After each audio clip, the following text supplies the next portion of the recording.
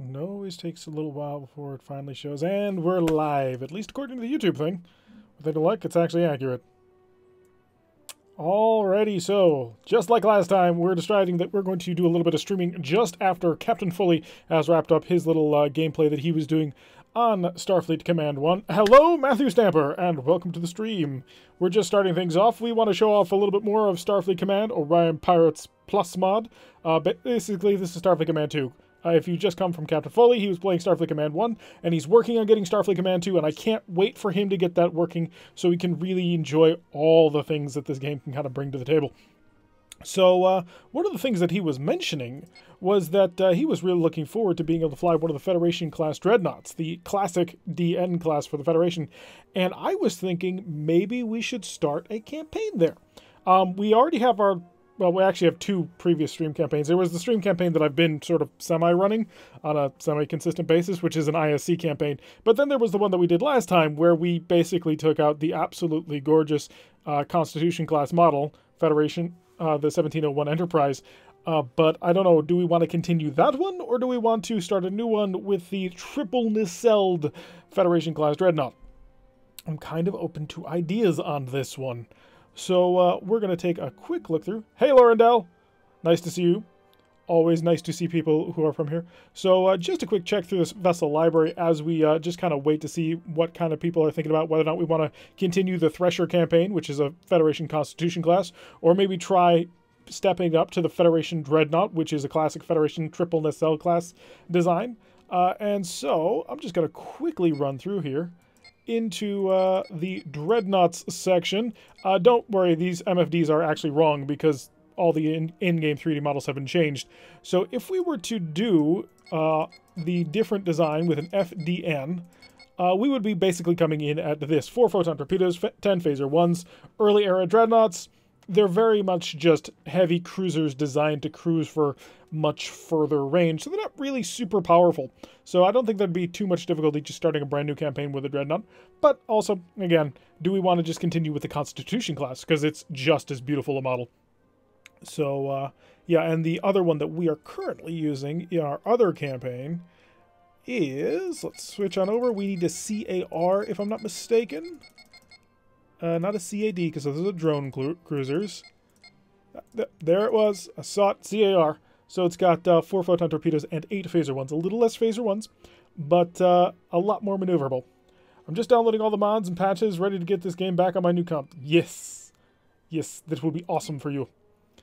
I'm just super... Yes, the Federation Dreadnought. Do you want to start with that, Matthew? I'm more than willing to give it a shot. Yeah, I am definitely looking forward to having this game, more people being able to play it. With the fan patches, it's just beautiful. I mean, it looks fantastic. So, yeah, I guess we'll start there then. So we'll go campaign. Sorry, Thresher, not today. And we'll go new campaign, Federation starting all over. If I did this properly, it'll start us in a Dreadnought. If I do this wrong, then, well, we won't be in a Dreadnought. So let's see what it's going to throw us in. It is the Berlin. She is indeed a Dreadnought. FDN. You can edit some of the notepad configuration files. It's a little bit weird because it's not a direct one-to-one number. It basically says Federation equals, and then it gives you a number. And depending on the range of numbers you pick will change which ship you get. So, just made some small changes. It's playing on my old comp, and I had to back up everything. I had to back up everything up ready for the transfer. So did you upgrade your computer, or did you just move to a new one? I don't think we're gonna... we may as well. So let's get a couple more shuttles here. Set that one up. And I'd like some spare parts, because spare parts are useful. We don't have a ton of prestige to work with, though. Prestige is, of course, the money in this game. Alrighty, we're topped off pretty much as we're going to be. So let's set out on our mission. Start with a nice little patrol. It's probably a piracy run, because it likes to run piracy patrols when you're in friendly territory. Alrighty, you have been assigned the task of patrolling this part of the sector. It is an important job and is vital to our interests. Your mission is to investigate any strange readings and engage any enemy ships. If you are heavily outnumbered, you should disengage. Sometimes, survival is its own reward. I got a brand spanking new... Oh, that's awesome. Getting a brand new computer is always a great feeling. Alright, Red Alert, I need to increase speed. Let's see how fast this thing can go. If I'm not mistaken, she's actually pretty quick. Because, like I said, most Dreadnoughts in the early era, They're actually more just heavy cruisers with beefed up armaments. Now, I can't show off the gorgeous side view of the ship until I have an actual target to maneuver against, but I can show off some of the backgrounds. This sort of background pack came with the fan patch for Starfleet Command. There was a guy who started working on changing it, and basically he went in and he took gorgeous photos, sort of like that one, and put them in the background. There's some truly spectacular ones in here, not just the ones that are sort of more dim colored. He's got some really amazing stuff. But let's target the enemy so that we can admire our ship. Oh, lovely little pass of us sailing through. And as you can see, she is the full triple nacelled Federation class, ready for combat and war. And, well, whatever else the Federation can figure out what to do with the Dreadnought. As you can see, she's got her big communication dish on the back. I didn't realize that was a communication dish until I saw the Trekyards episode concerning this Dreadnought. And they're like, yeah, that's not actually a secondary deflector. That's meant to communicate with home. So we're currently facing a frigate, which, oh, poor little frigate. You're doomed, my little friend. And while we're here, we may as well set up our firing groups. So we have a whole bunch of phasers, 10 of them in fact, which we're going to cram on special point 1, and then we've got 4 photon torpedoes, which we'll put on point 2, so 1 and 2, and red alert for the red alert group, which just is everything. 6 a.m. and watching. Wow. Where do you live? That seems to be out in the middle of the ocean, isn't it? Is it Hawaii? But welcome, Brandon, to the stream. So we're going to just slowly... We're mostly here right now for beauty passes as we look at the giant United Federation of Planets up here. It really is just mostly a Constitution class, except a little bit bigger with an extra nacelle. What's the name on this one? The USS Starleague. Nice. NCC 2101. Australia. Wow. I did not realize that my reach extended so far. I feel quite happy now. How is it in Australia today, other than early and early? Let's kick up... actually, no. Just double quick. 17. 17 is the natural speed that we can maintain while cruising, while charging weapons. I'm pretty happy with that one. So let's kick on the forward shield and reinforcement. That way we'll get a 1-to-1 defensive ratio for however much power we put into the shield versus how much damage that we can take on that shield. I'm also going to come in. We'll give ourselves a single point of electronic countermeasures. Up in Canada, it's 3 p.m. Yes, it's also 3 p.m. where I am. So Eastern Seaboard, unite. Well, not really Eastern Seaboard. I'm pretty far in from the coast. I'm on a different coast, though. Early, dark, and cold. Cold in Australia? I don't believe you. I totally believe you. So let's... oh, he's cloaking. You jerk. Photon torpedoes before he can disappear. He disappeared. Okay, we're about to fire all weapons just into nothingness, I suppose. Is that phaser a rear-firing one only? It is. Ugh. I don't like rear-firing phaser ones. That means I essentially have the exact same armament that a normal Federation cruiser has. It's just that we threw in 2 phasers that only shoot behind us. I suppose to protect a communications dish, but really? Do we really need that? England! Ah, England is such a lovely place. I have quite a few friends in England. Let's see. Continue to come around. We're sort of outside the range of what I would normally consider optimal to be shooting at people. I want to be within 5, and there it is, but he's still in cloak. So there's really no point in firing into that. We kind of have to wait for him to come out of cloak. Oh, that's the trouble with this. I really should do something, but I don't know what to... Ooh, I know what to do. Haha! Let's activate our tractor beam so that when he comes out of cloak, we hold right onto him. We won't be able to deploy any wild weasels, but he's got a single plasma F torpedo. We don't really care. We'll also be ready on tap to emergency turn if we get an opportunity. We do have to be relatively close in order to actually use the tractor beam, so we're just going to have to let him keep coming in. Full speed ahead is, of course, his name. This is actually pretty decently armed for an Orion Pirate. He's got 5 phaser ones, which is not bad considering that the Constitution class only has 8. Well, not the Constitution, it's the cruiser, but it uses the Constitution class model. So we are just in a nice, long transport mine. I always worry about transporting mines because I'm always worried about dropping them on myself. So we'll select phasers, bombs, and there it is, flashing a little bit. And he's coming out of cloak because he sees an opportunity. And is my shield going to come up in time? It did. And are you going to go within range? Oh, he didn't. He just barely stayed outside range. You little jerk. He came to 2.52, and I believe the maximum range for a tractor beam is 2.5, maybe 2.49. Did pretty well in your last Federation campaign? The last stream campaign or the last proper campaign, which was season 10, if I'm not mistaken. Photon torpedoes, we're going to keep them on normal. He's probably going to come back towards me. I don't anticipate him continuing to run for much longer. He does tend to be quite aggressive, unless he's just being a coward. In which case, all power to engines. Let's catch up to him. Pirates need to know that no quarter will be given. That's such an anti-Federation ideal. As we continue to chase after him. Oh, he's picking up speed too. He doesn't want to be caught. I think he's trying to book it. Set to proximity photon torpedoes and engage. All 4 of them hit, knock down his rear shields, and is causing him to start to drift a little bit. He's leaking plasma out the back, and he's coming back around. Now, he does have a plasma F torpedo that he's about to shoot in our faces, which will not be ideal. But, yeah, I was kind of expecting that. And we did get a pretty good shot through, 33 damage, and he failed to cloak. He started trying. Campaign versus Romulans, they like to stay cloaked forever. Yeah, there were a couple of episodes where we were just sitting there at maximum speed waiting for them to come out. And we knew that they were going to shoot their plasma torpedoes at the moment they could, but there wasn't much we could do about it. Like, yeah, you can try and do transporter mines and stuff, but it's just frustrating. But he can't cloak anymore. We've managed to boot him out of his ability to do that one. So we'll come in on our final Federation firing pass and just cut across his bow if we can. Nope, he's trying to keep that bow away from us. So in that case, your death will not be as cinematic, I'm sorry. We're just going to go right in for you and run you over for the most part. So line him up nice and easy. Full speed ahead. Well, full speed gone. And he drifts apart into a billion pieces. Goodbye.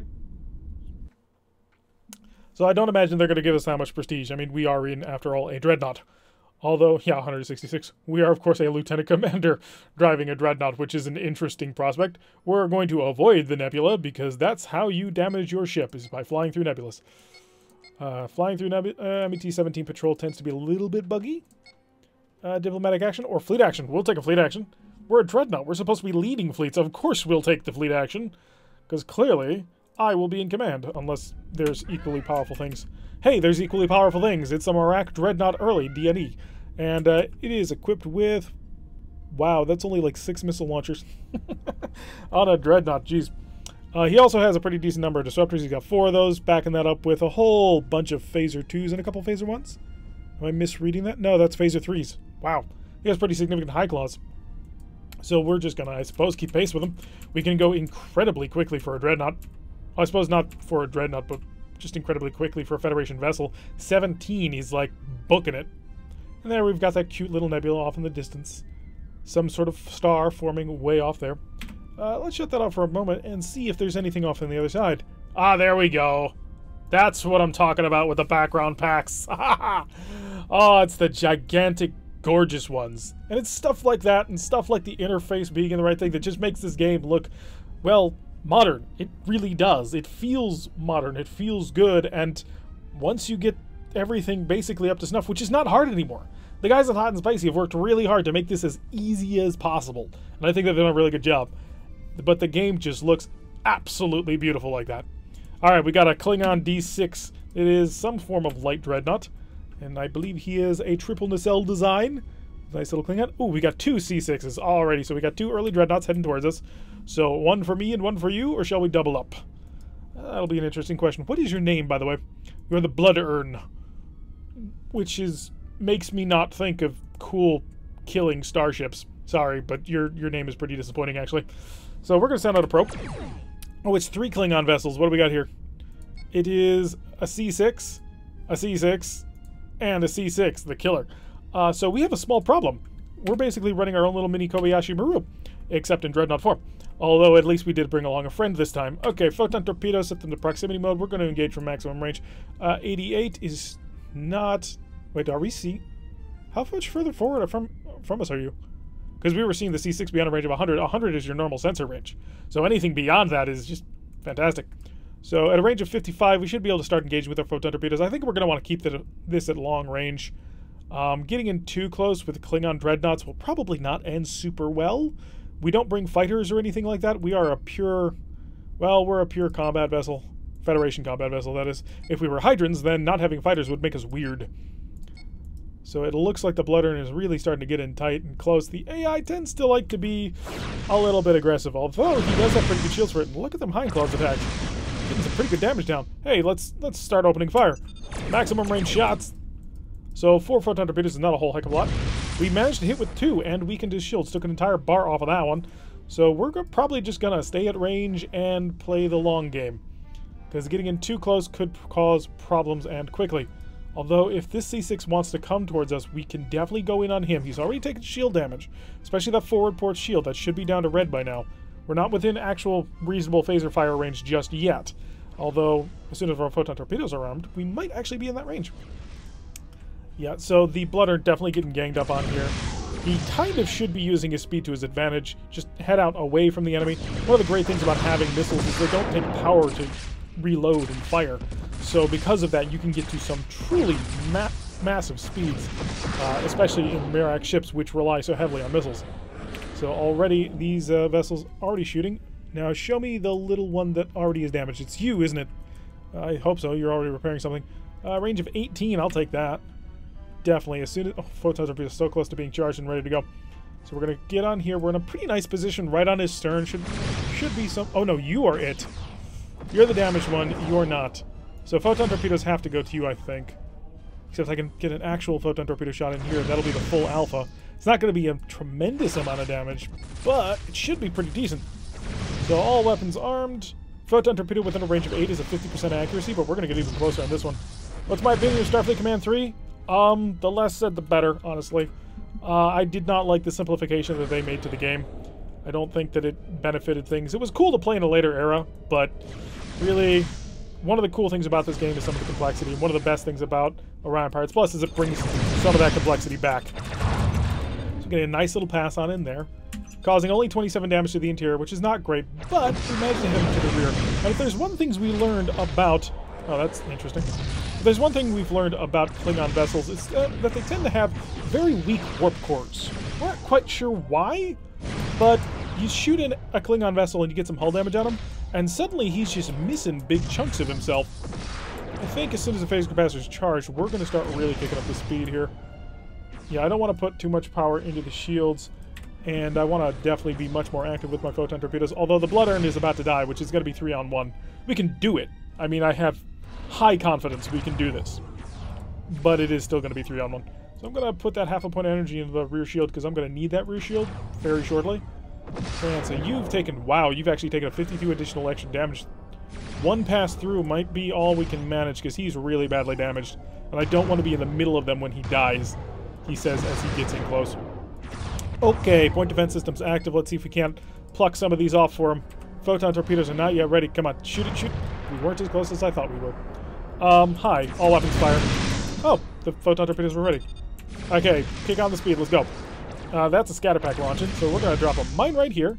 There's something just a little bit weird about how this is rendered, because I think, yeah, the mine is pretty far behind us, but it looks like it's landed right in front of us. There's a couple of games like that in Star Trek where they don't manage to get something quite right.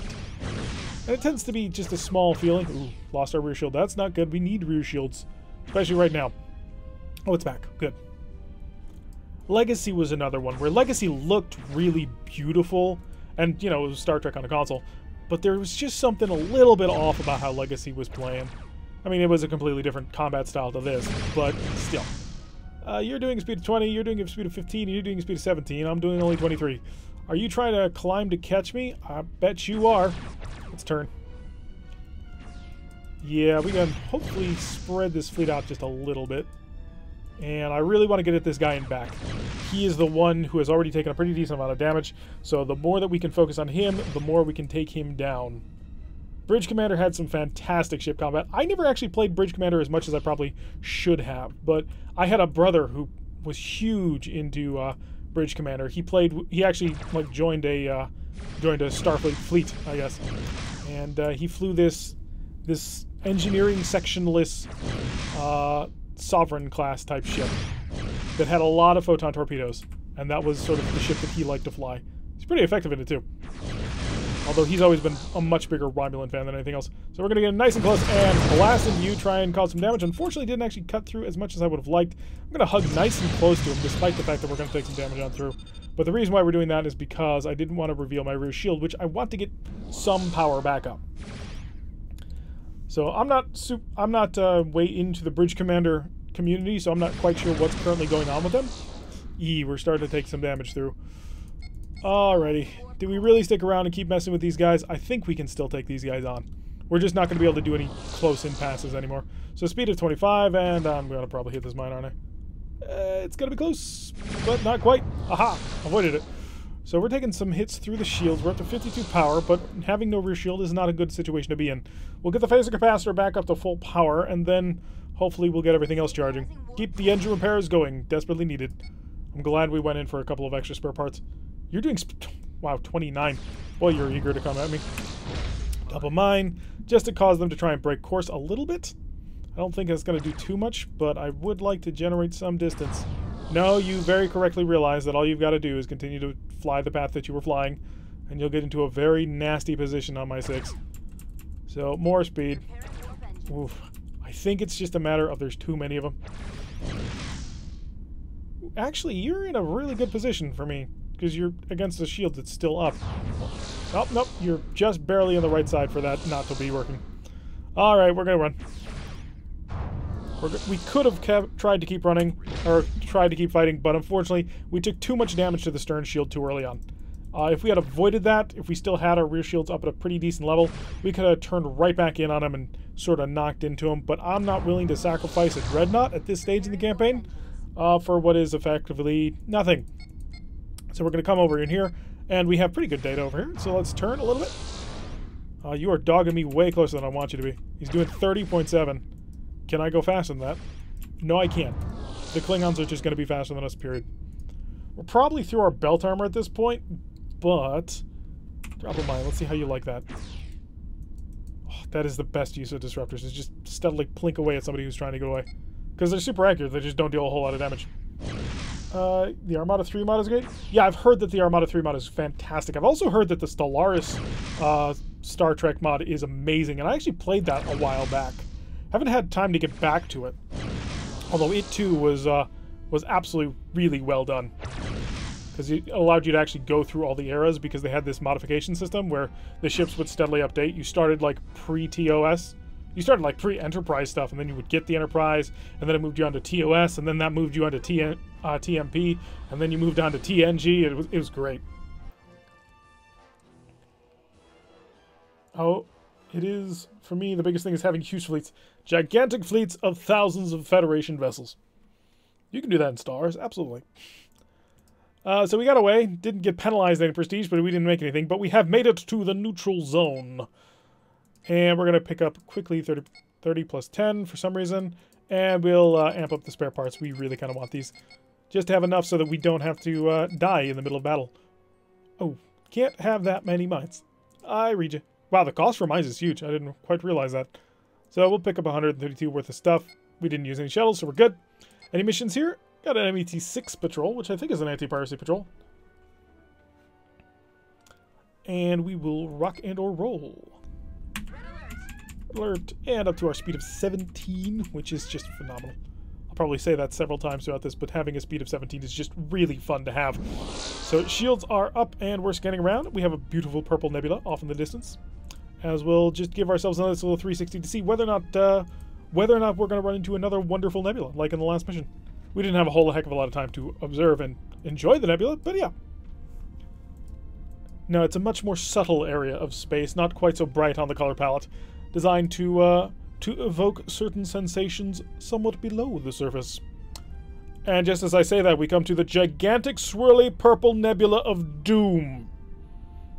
But yeah, there's always got to be something big at the end of the rainbow. So we're going to sail in against a frigate. I believe it was an F5. Yes, fleet screen tells me that it's an F5D, which I believe is a drone cruiser. So he'll be equipped with 5 or 6 missile launchers, which is pretty nice.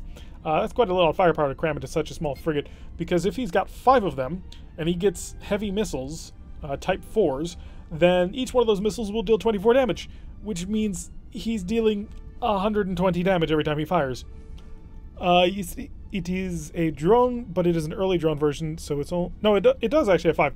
I thought for a second that this top B only had 1. So 120 damage potentially out of that missile launcher alone.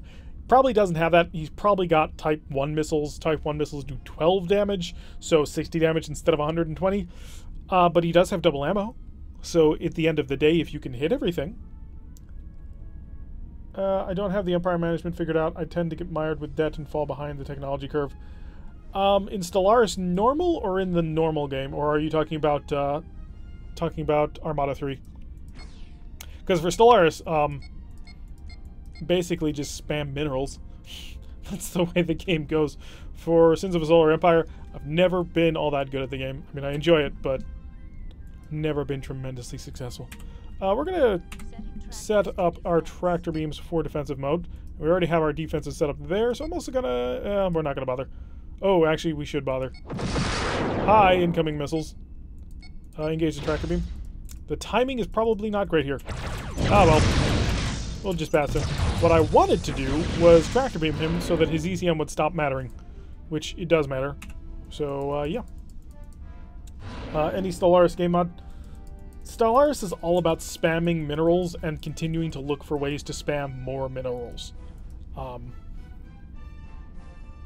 Although, I do enjoy... My favorite mod for Stellaris really has to be pre-FTL. That does slow down the beginning of the game so that when people actually start leaving their gravity well, they tend to be much more heavily equipped. But even beyond that, it's just like all minerals. Sins took me out a long time to figure out as well. Sins is just... It's so big for what it is. I love it for that, but it also makes the game really hard. Like, how many normal real-time strategy games allow you to just command through multiple star systems? It's awesome, but it's also really, really kind of difficult. Oh no, that's our tractor beam. Okay. I was like, wait, what's going on? I forgot I had set up my own tractor beam. Oh, and my photon torpedoes are almost ready. Ha! So let's slow down a little bit, get some extra power. And 4. He broke the lock. Interesting. So we'll pass through and nail him with the rear. There we go. He still has power to be traveling at 12. Let's pick up the pace. I think... Wow, he knocked down our rear shield. Not tremendous. But there, we take that up. Once I figured out that my resource management reached in Sins needs to be a few steps ahead of everyone else, I started to do well. Resources, uber alles, I suppose. So we should be able to wipe this guy out in one last pass through with phasers, hopefully. I mean, we are a Federation ship. The Federation firing pass is kind of our thing. And pick that up, please. Thank you. Trade ports? I assume it's Sins because they haven't gotten a trade system that is really any good in Stellaris yet. Although maybe I've missed a version of Stellaris. Maybe not. I know that Le Guin is coming out very, very soon, and we're getting complete and total planetary overhauls. That's going to be a lot of fun. So, I want to do a high energy turn just to get in closer to him, but no, we're going to steadily slow boat around it. We'll increase the speed of time instead. Have I played the Starfleet Battles board game? I have not. Partially because trying to find people who would be willing to play in my area is not particularly easy, and I already have another tabletop hobby, which is Warhammer, which acquires quite a bit of my time. But I have looked into it. I've been looking to try and read more into the lore and learn more about the game, just to sort of understand how the mechanics translated into this game. Because that's one of the really interesting things to me, is just how they... Because you're right, Starfleet Command is based on the original Starfleet Battles board game.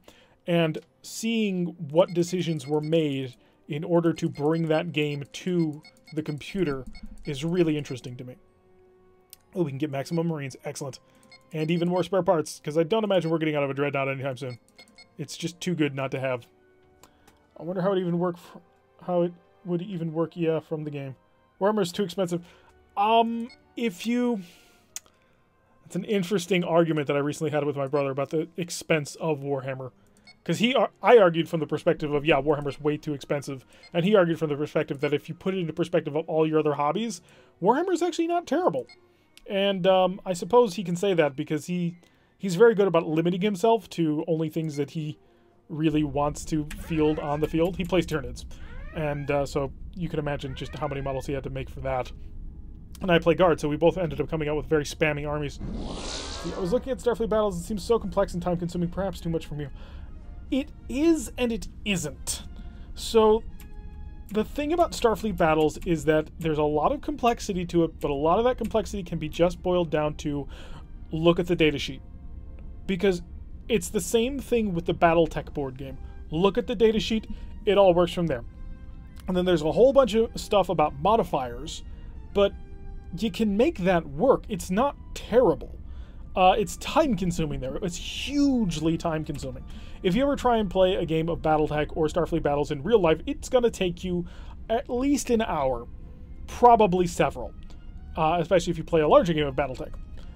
But one of the things that led me to the conclusion that it's actually not that hard is that, well, BattleTech and Starfleet Battles share a lot in common. And there is a computer program out there called MegaMech, or MechHQ, which contains MegaMech. And that took the BattleTech board game, digitized it, and completely remade it. The exact board game on the computer. Not like Starfleet Command, where it's an interpretation to bring it into a real-time tactics/strategy game, but they brought the actual board game and put it onto the computer. And if you play MegaMech, once you sort of know the buttonology of it, it takes almost no time at all to run through simple, easy skirmishes. It can take a while to run through large-scale battles, but it's really not that difficult. So, it's not that the Starfleet Battles game is hard to understand. It's just that there's a lot of things you gotta keep track of all at the same time. And if you don't digitize that, that can be a very daunting task. So, that's my take on the whole 80s tabletop games that came out that were kind of like BattleTech and Starfleet Command. So there's a lot of record keeping. Just an absolute metric ton of record keeping. But beyond that, it's not so bad. Once you can get a computer to do that record keeping for you, you're absolutely fine. Oh, we got a beautiful shot in there. Completely tore away his forward shield. And his responsive damage only weakened a couple of our shields. Hopefully I can keep the shield intact. Pull on through, and yes, we're going to get away. We're going to get away perfectly scot-free. So I will cut that out, reduce speed a little bit, just so I have more power to charge things. Well, mainly to run my electronic countermeasures. I want more in here. Awesome. So he's an FD7, which tells me he should be a drone. I wonder what the FD7s were. Because he's not a D7D. Which is the drone cruiser version of the D7? Whatever it is, it's not him. It's true that you spend just $750 on exhaust from a gun. Yeah, life can get in the way. The trick for Warhammer is, one, well, for Guard it's easy. One, don't be afraid to look at third-party model makers. So things like Anvil Industry. But two, the big thing is hunt eBay. You can get so much cheap stuff from, like, people cleaning out their basements and, like, I'm never going to play with all these plastic models ever again. And here you are sitting, and it's like, I have finally achieved a point where I have the disposable income to play with plastic models, should I choose to. So, I do wish the campaigns in this game had a bit more going on, maybe more mission variety. Player battles in this game must be crazy. I assume player battles would be very crazy, because one of the things you can do in this game is you can really abuse the AI. The AI is not brilliant, even on Admiral difficulty level. So, because of that, we can kind of get them into specific loops that we want them in. But there actually is more mission variety in this game, or at least there's more mission variety than I normally hunt down. Normally I like to keep it onto the straight battle, and the main reason is because that's the thing that I enjoy, is the straight up fight. But there is a bunch of other mission types that we normally don't play. Some are kind of bugged, some are just annoying in my opinion. And then there's also the Starfleet Command II Empire at War campaigns. And those you can actually import into Orion Pirates. And I've actually done that. I'm kind of waiting for Series 3 to actually start playing those. Because we had Series 1, which was the first run-through of every single race. We're currently on Series 2, which I suppose would either be Phase 2, but not quite the next generation. Interesting choice you made there. And then on Series 3, I'll run through the Empire at War campaigns using Orion Pirates Plus, because I think that'll have some pretty interesting things to come out with all the ship variety. I wanted to make my star. Oh, so you put on a big one that made it super loud and buzzing as you zoomed by. I getcha. I wonder how your long-range photon bombardment would play out versus a player. The reason I learned to do that was literally reading the advice of a player who said, in player versus player battles, this is how you do it. And you have to be a little bit more aggressive in managing your speed to run away, but they were adamant that using photon torpedoes in multiplayer mode made the Federation race so insanely powerful it wasn't even funny. So that was actually the original reason why I came up with the oh, let's do a long-range bombardment, because I was reading through what kind of tactics should I be using, because I'm going to be fighting Romulans who, if you get anywhere near Romulans, they're going to beat you to death. Players are much too aggressive to use photon bombardment on unless they focus on someone else. That's not what I was reading. Like, the guy was like, yeah, if you play Federation, this is what you do. And you run as fast as you can, and then every so often you turn back and you shoot them. So I used to play 40k, but I sold everything for a ton of money a few years ago. Oh, I got in early during high school. And just all my models started, like, gathering dust in the basement. And then I finally pulled them out and was like, hey, I have a lot of stuff. I may as well make an army. And I did. And that's where my guard army came from. I ended up speccing heavily into flyers, though, so despite the fact that most of my army was already built, by virtue of the fact that I already had most of my infantry, I still ended up paying probably more than I should have so that I could build up my flyer force. Yeah, I think we've got him. Let's actually pull this thing into park, because he ain't moving anymore. I like to see how this works. Sure, putting energy into shields and shepherding them to a corner of the map might work. The AI has tried to shepherd us into a corner. It's relatively easy to get away from that, and there's not a lot of ships that can travel at a speed of 31 while charging a whole bunch of other systems. So I'm not quite sure how that would end up working out, especially because you'd have to use those weapon systems to fire back. Klingons might be able to do something about it because they have disruptors, which they don't care how much they're recharging, because the amount to hold the weapon is the same amount to fire the weapon, so that might work. But against a plasma-armed race, you can really kite around their plasma torpedoes pretty decently if you know what you're doing, even if you're at the same speed. I'm sure the bombardment works for players who are good at the game. I was never good at the game. We're not particularly amazing at the game either, to be 100% honest. We're okay, but we're not... Ooh, planetary assault. This was a mistake. Dear God, this was a terrible mistake. Please don't be a PLPH. Please just be a normal planet. Nope. Nope. The planet's gosh darn Scorpius. Okay, this is going to be rough. Who's with us? We've got the Determination, who does not have the weapons needed, and the Vengeance, who also does not have the weapons needed, squaring off against a Klingon FD7. Oh boy. Smart plasma torpedo use can probably conquer the universe. We know this from, well, playing the game.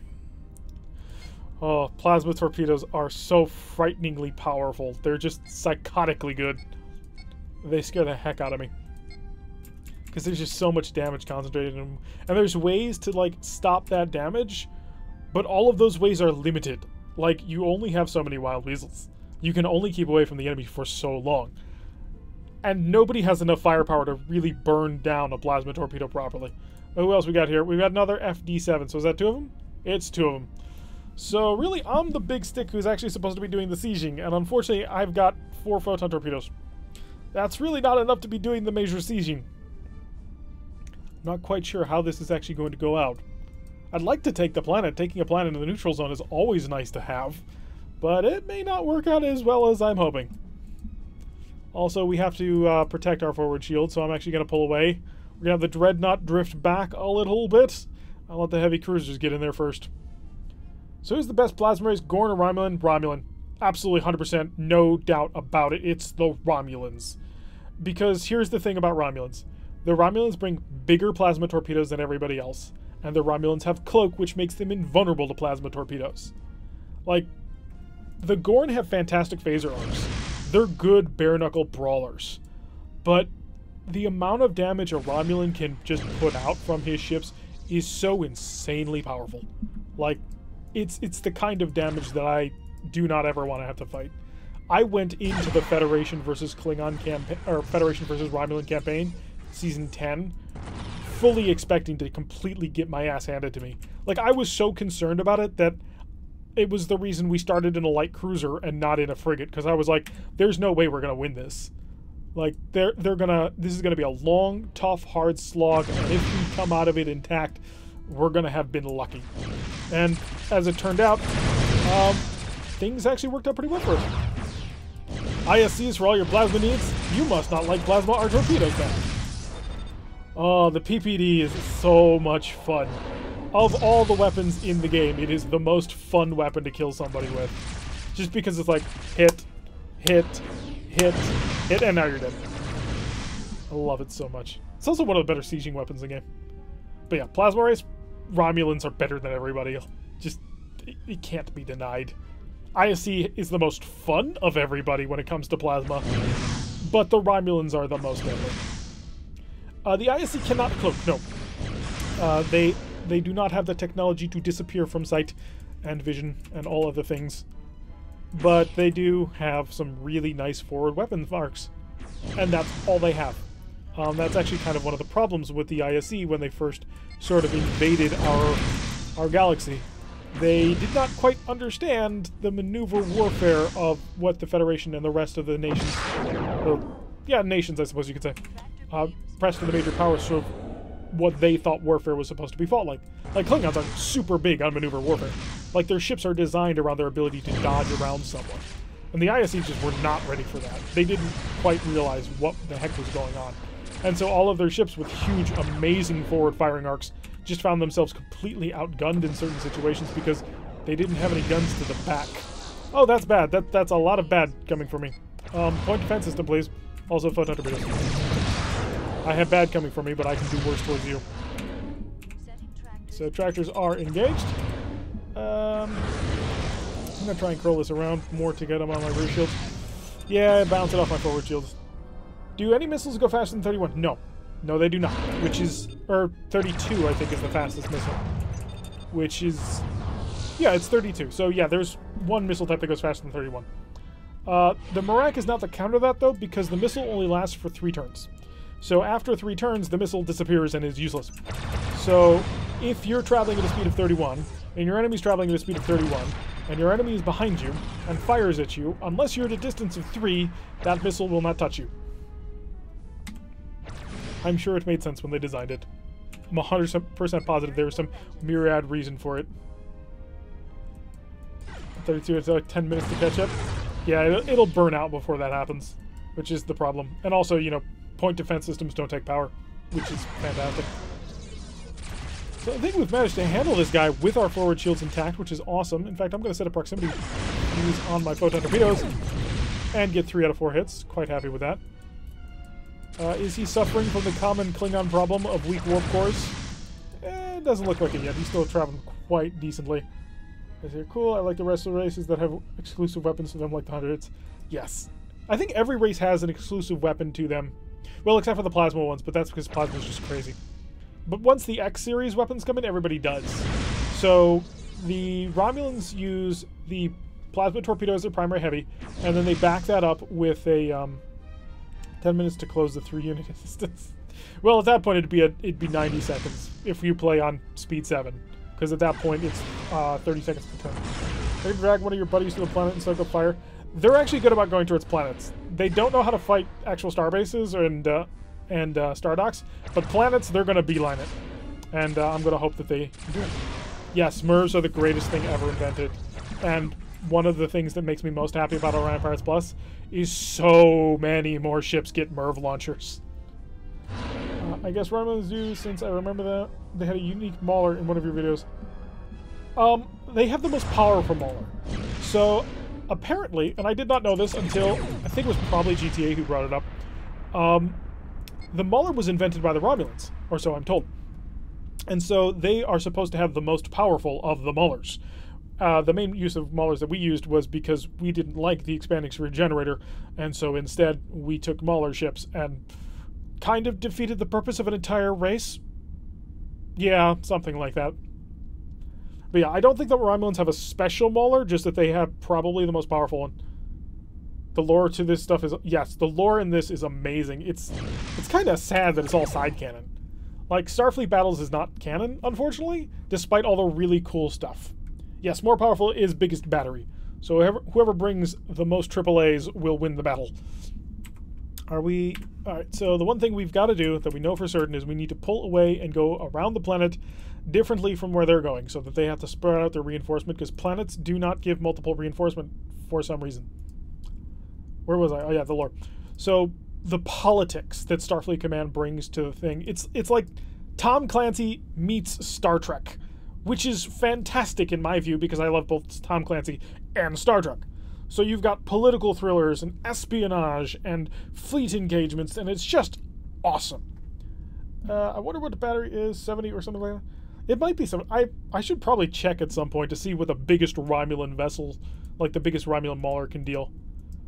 Because I don't ever recall a Romulan Dreadnought mauler, but it's probably out there in OP+.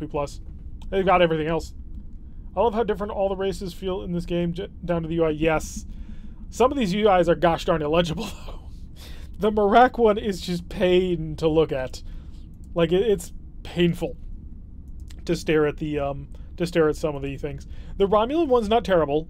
I mean, the bright green and sort of, I guess it's fuchsia, is also a bit of an assault on the eyes, but you can get over it because you get to burn people in plasma fire. Let's see, what other ones? There's one that just has a gigantic, like, there's a little, like, ball on the end of your pointer that makes it impossible to know where exactly you're clicking. Are you talking about Jack Ryan? I thought Jack Ryan was both really cool, and it infuriated the hell out of me. And I'll tell you why it infuriated the hell out of me. And the spoilers for this is not terrible, because it's an action sequence, so action sequences generally don't relate to plot all that much. So there is this scene where French top secret or top special forces police are about to bust into this terrorist den type thing in the middle of France. It makes sense in Shell. And as they come in, they've got this dude with the riot shield. You know, the guy who's got the ballistic shield in front and who is supposed to, like, be up in front so he can take all the hits. Well, it's not like the books, just going to say that. So this guy with the riot shield comes bursting into the house, and immediately the riot shield gets shot at. So we now know that the riot shield's a good idea. He guns down the people who shot at him, and then he proceeds to throw the riot shield down to the ground and proceed into the house with just his pistol, where he runs through a door and is promptly gunned down. It is the most infuriating house breach that I've ever seen. And that scene alone just angered me so much. Maybe because I'm a bit of a pedant, but then again, I'm a Starfleet fan, so can anybody say otherwise for any of that? I like the Merak UI for the soft color palette, but doesn't it have like that bright teal green on all the slider bars? If I'm remembering that right, maybe not, but I thought it did. I actually served on the USS Reuben James for Hunt for October. That's awesome! Like, did the Reuben James, like, were you there for the movie filming, or just the ship itself that's referenced in the book? It's been a while since I've read Hunt for Red October. It's like been a while since I have read any Tom Clancy books. Jeez, I need to go back. Just gotta find my hard copy version of Cardinal of the Kremlin. French, what do you expect? I don't want to be too mean to the French, but yes, absolutely. Okay, let's start to slow down to see what kind of damage we're about to take, because I've got two heavy cruisers which are going to hopefully guard me from the planet, and photon torpedoes from this range. I need to get a bit closer. Let's pull out my quick pamphlet here. Not old enough to be on the original crew? Oh, so you served on it after the... I gotcha. I understand, I think. Let's see. Photon torpedo fired in proximity mode. 13 is the break-off range between 50 and 67. Brown and yellow? Maybe I'm just remembering it wrong. Because it's been a while since we've done the Merak campaign. Because I thought it was like a super bright, garishly annoying color. But again, could be wrong. If you let me within a range of, what is it, 10? No, 5, yeah, 9 to 12 is 33, 5 to 8 is 50. I really gotta make it to 8. If we're gonna do this at all, we gotta make it to 8. I've got 30 points of power on the forward shield, and I don't think that's enough. Do we already have shields down somewhere? No, this shield is the weakest. Alright, slow down more. We're gonna creep in. Photon torpedoes to normal mode. Okay, good. From 2010 to 2013, we decommissioned the ship, then they sank it as part of an anti-missile test. Oh. Losing ships like that is always sad. Like, yeah, I get the reason, but I'm thinking mainly World War II Enterprise that was just broken up for scrappers, despite the fact that people try to save her. But, on the more bright news, we've made it within a range of 8 without dying. All of them select. Engage! 35 damage, we're through. Huh, fascinating. I wonder if there are any more races in Starfleet battles in this game. There's the Tholians. I know for that. The Tholians I thought were in Starfleet Command I. But yeah, there's more races in Starfleet battles than what we actually get to play as in-game. For one, the Andromedans are way bigger in Starfleet battles than they are in Starfleet Command. They have tried, Orion Pirates Plus tried to bring the Andromedans more into the game. by virtue of... Can you stop shooting? By virtue of some monster encounters. But yeah, the Andromedans would be terrifying. Terrifying and powerful. I don't think they have the proper weapons, though. And is it the Andromedans who have the blink drive or whatever that allows them to, like, instantly teleport? The Tholians are referenced in a mission in Starfleet Command I? Ah, that must be it then. Because I remember watching a trailer for Starfleet Command I on the demo disc that I had for that. And I could have sworn that the Tholians were, like, one of the races you played as. But maybe they were ditched in favor of the Hydrons? Because there's a Hydron ship that looks kind of like a Tholian ship. We're dealing some damage, but I'm not seeing the planet go down. Probe. Getting close. Yeah, if that planet wanted to, he could rip me limb from limb in basically one shot. How are you guys doing? The planet just does not seem to be all that interested in defending itself. Are there people on this planet? Yeah, there's 19 Klingons on board, apparently. Well, 19 times 5. So there's 95 Klingons on board, plus whatever colonists. Because I have to assume that every single person on this planet would try and fight me off. I mean, they are Klingons after all. Let's give them some respect after. Not sure if you can zoom in. So we're just going to keep, I guess, blasting away at this thing. We've got to steadily bring it down. The main thing we're trying to kill is weapons, which probably means I should start spreading out my fire a bit. Go for more Mizia-style attacks rather than just trying to blunt force everything. But I'm seriously wondering, why is this planet not trying to kill me more? I just heard the disruptors fire, but my forward shields are full. About to have photon torpedoes ready to shoot. That'll be nice. The only game I've seen Tholians was in Star Trek Online. Huh. Keep up the fire. Eventually, we will take them down.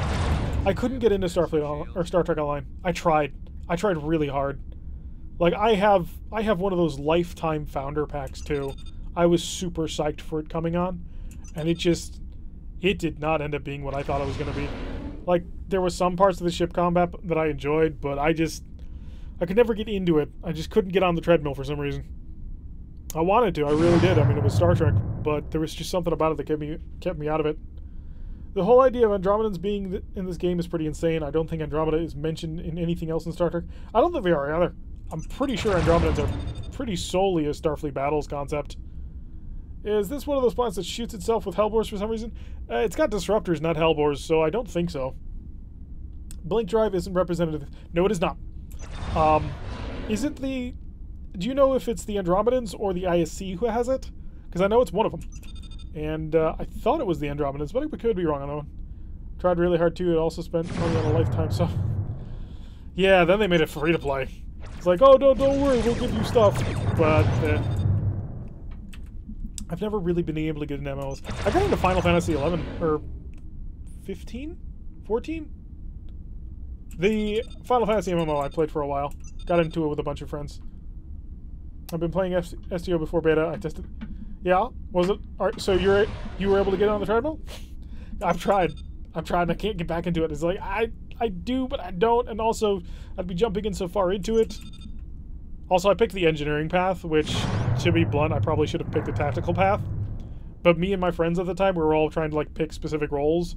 So I had another friend who wanted to be the tactical, and I was like, you can be tactical, fine. Plus, I want like heavy cruisers, because heavy cruisers are cool. And then Star Trek's version of heavy cruisers was not what I had in mind. F11, and yeah, so then it was Final Fantasy 14 then. Andromedans are the ones with the blink drive. Excellent. So my hunch was correct. Probe, tell me exactly what we're dealing with. The planet just does not care. He's sitting there taking damage and he does not mind it. He's perfectly okay to get shot at. Gotta say, I don't think that's a very... I think that's a very wise decision on your part, planet. So, all weapons just keep up the fire, I suppose, but eventually we'll kill enough of the Marines that we can get... Oh, that hit something important. Look at how far down he suddenly dropped on the BPV meter. 11 more people to kill. Well, 55. At least according to the book, it says that each boarding party consists of approximately 5 beings. Which is, I believe, how they put it. Because you can't really say 5 people, because, well, are Klingons really people? I did, but not played for a year. I was an engineer with an escort. So you picked the defensive class, and then picked the offensive ship. An interesting combination, sir. Final Fantasy XI was my favorite. It was such an old school approach to MMOs. New MMOs are too easy, for lack of a better term. I don't know. I've never been able to get into MMOs. I can't really make that kind of distinction about whether or not it's too easy or too hard. All I know is I really enjoyed things like the character creator for Final Fantasy XI, and I liked the fact that I could switch into any job no matter how bored I got. Jeff L. Peterson II. I played the tabletop game Starfleet Battles in the 80s. This game does an excellent job at converting Starfleet Battles into a real-time computer game. I agree. I think it does a really good job. I think there are some areas that I would improve on should this game ever get a re-release, but I think it did a pretty good job for especially the year 2000, suddenly introducing all of this stuff to a computer and seeing what it could do. I remember playing this game as a kid, and I was trying to take a planet down with some frigate. I had no weapons but like 20 crew. I just ended up putting the weight on the fire key. Yeah, that probably took you a while. It worked really well. I could tank and dish out the damage. Nice. Hello, Sean McNamara. How are you doing? We're having a nice old time here, shelling the crap out of a planet. And eventually the planet will fall. I mean, we've only got to kill 3 more people and we can take it over. Realistically, we only need to kill 2 more people and we can take the planet. But 3 would be better idea. Oh, I know what I'm doing wrong. Duh. I'm sorry, I didn't have the speed of time up to maximum. I know why I didn't have the speed of time up to maximum. I was worried about, you know, the planet suddenly shooting at me. But I think it's time to do that, because I think we've got this planet. Alright, we've got 3 Marines down, and they've got 2 people left. And I think they can take it from here. It's not a Federation heavy cruiser. In fact, it is a Federation Dreadnought. Take a look at that. It is an old-school Federation class. She is of the USS Star League. A refuge for weaklings not worthy to be our equals. I believe... What was her actual name? The Berlin, that was it. I only play as STO to get the Prometheus, the ship that splits into 3 smaller ships. Your all-time favorite ship. Yeah, the Prometheus has some pretty cool things going on for it. I don't think I'd call it my favorite, but yeah, I know a lot of people who do think it's the coolest ship. Do you think you'll continue my ISC? Yes. At some point, we will continue the ISC stream. I still have the save file. It's not going anywhere. So, yeah, definitely going to, as in Defense Force, we're definitely going to continue the ISC stream at some point. The main reason why I've been doing this as the Federation is because Captain Foley of Trekyards has been getting back into Starfleet Command, and he's trying to get Starfleet Command II to work, but he hasn't gotten it yet. So he likes playing Federation. It's his favorite race, so I figured I'd better show off some of the Federation models, sort of give him a little bit of an incentive to pick it up and get on this as fast as possible. I want him to enjoy this game so much. I want him to bring this game to a much larger audience, because his channel is something like, it's like 450 times the size of my channel. So if he starts picking up this game and people get interested in it, oh, I'm certain we'll get a whole lot more people actually looking actively into the game. So I'm definitely looking forward to him being able to do that. So as a little bit of an incentive, I've just started playing. We're doing the streams as Federation because of that. And once he gets going on his thing, if we start live streaming again, we'll start doing with our ISC campaign once again. So that's my plan there. The U.S. Star League is in Defense Force. I do like that you can separate ships in STO. Can you do that? I didn't realize that you could do that in STO. Sorry, I have not been liking your vids lately. Have not been online. But don't worry about it. It's perfectly alright. And if my content is substandard, then you shouldn't like it. Absolutely not. I had that and the Hestia, both great ships. I'm not sure what a Hestia is. My knowledge of Star Trek tends to be a little bit limited in some areas. Despite the fact that I play, well, Star Trek Online for people. Not Star Trek Online, but Star Trek Online for people. Yeah, that's an interesting sentence. Alright, so we're capped off on anything, which is good, because we're a Federation Dreadnought. You're the Galaxy class does it now. Oh, that's cool. You know what would be really cool? Galaxy X, which that I know is in the game. We will do a diplomatic delivery, because what better way to arrive to a conference than on board your very own Dreadnought? Let's see what they send to try and interrupt this meeting. Hello, Klingons, what are you? According to this, the Klingons are an FD7, so another one of those. I suppose it's a slightly advanced D7 version. So we'll kick up the speed in here, get ourselves ready to rock and roll, buff up the forward shield as always.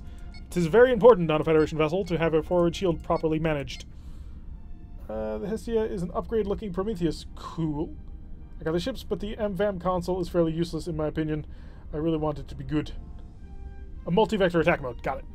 I was like, wait, what the heck is MVAM? Ah, yeah, I know what that word means.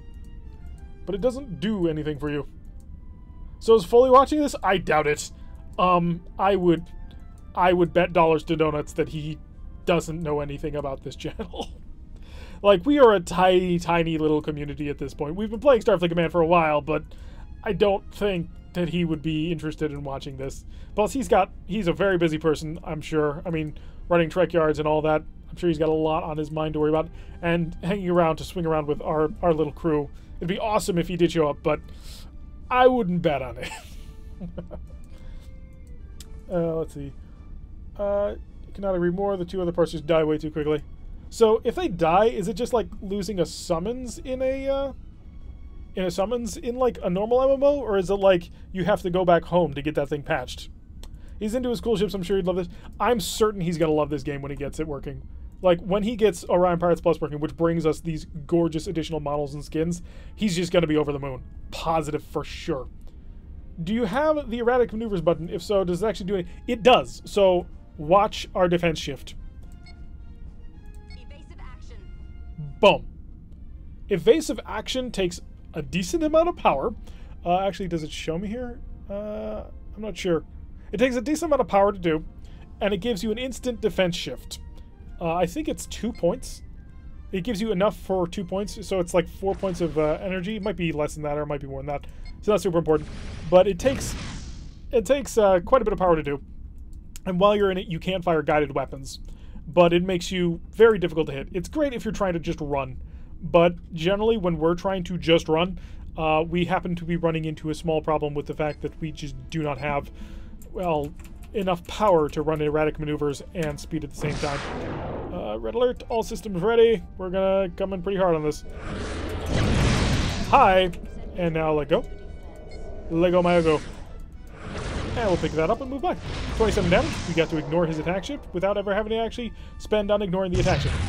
And then we hurt him when he did that. Oh, please, please. Yes! Got that shot through the... Although apparently we lost our rear shield. What?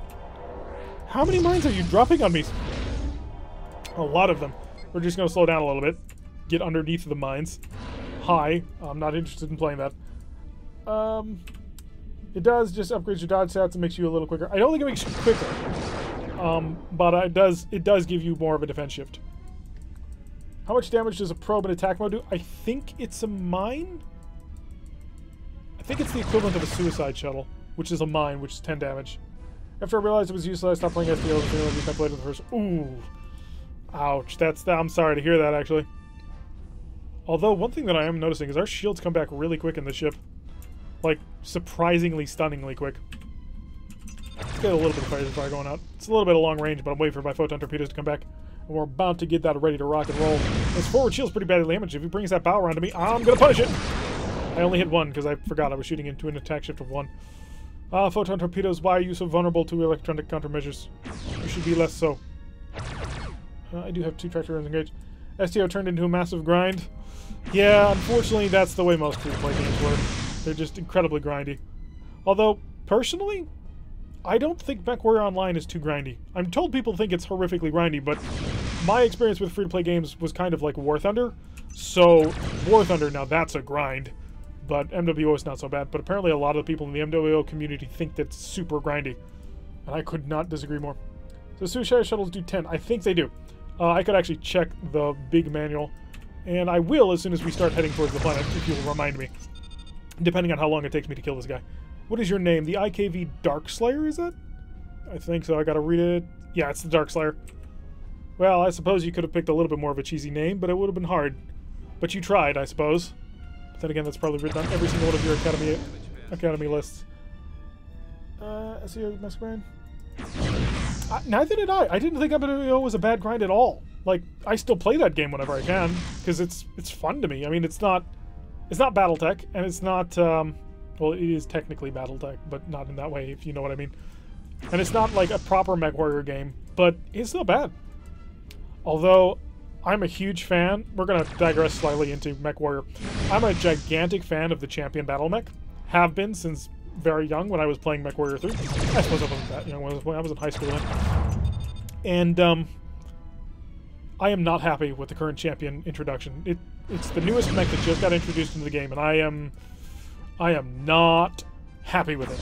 It's too gigantically wide, and it needs to be not like that. It's got huge torso bricks, and it's like, the concept art isn't terrible, although I wish that they would change the legs out, but the actual in-game model ended up being something that I was not expecting and am not approving of. MechWarrior 3, I don't know, MechWarrior 4 wasn't bad, and MechWarrior 4 offered some really interesting things. Well, MechWarrior 4 Mercs, which is free if I'm not mistaken. I used to play that too, although I didn't get into it in the same way that I got into MechWarrior 3. We got into MechWarrior 3 huge, especially in my computer club, because I like brought it in and installed it on all the machines, and that ended up being our game. Which it was played more than Counter-Strike, and that's something. So, and it's kind of funny because we had only ourselves to play with, which was about like 12 people or so, and it was such an interesting arms race between building all the mechs, which the big mech that first like started it off, like, because originally we would just use stock mechs because we didn't know what the heck we were doing, and then it ended up being that we moved into Annihilators with 4 Gauss rifles, and you just blast anybody who tried to get near you. And then to counteract that, people started using LRM mechs, but really the quad Gauss rifle was the preferred mech because it was just so huge and powerful, and also because LRMs are not super amazingly effective. They're good, but they weren't amazingly effective. And so what I then brought in was an Owens with just a metric ton of flamers, because all the Gauss rifle mechs ditched heat sinks because they didn't need them. And so you could cook them like that. And then in order to counteract that, we ended up coming up with Skittles mechs, which was a whole bunch of pulse lasers. And so we just went round and round and round with different kinds of mechs, which eventually turned into some really interesting gameplay. MechWarrior 3 was the last good mech game. Well, Mech 4 was much more of an arcade game. It was, but it still had some really fun stuff to it. MechWarrior 4 isn't free anymore, but you can still find it if you want. You can find anything. Let's see, when I was in uni, it was Dawn of War. Dawn of War was there for, like, the tail end of me being at high school. And the Tau are broken as shit. They are.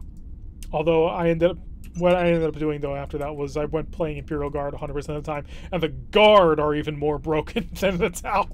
Because your infantry is so cheap, and you get heroes left, right, and center, and it's like you can mob everybody. Oh, that was a beautiful round of shooting. Congratulations to the gunnery team. An extra ration of grog. Yes, the Owens, which I believe is the Innersphere's, one of the Innersphere's first Omnimex. There we go. He's finally taken care of. All right, let's set course for the planet. We have a diplomat to deliver. That's the name of the mission, after all.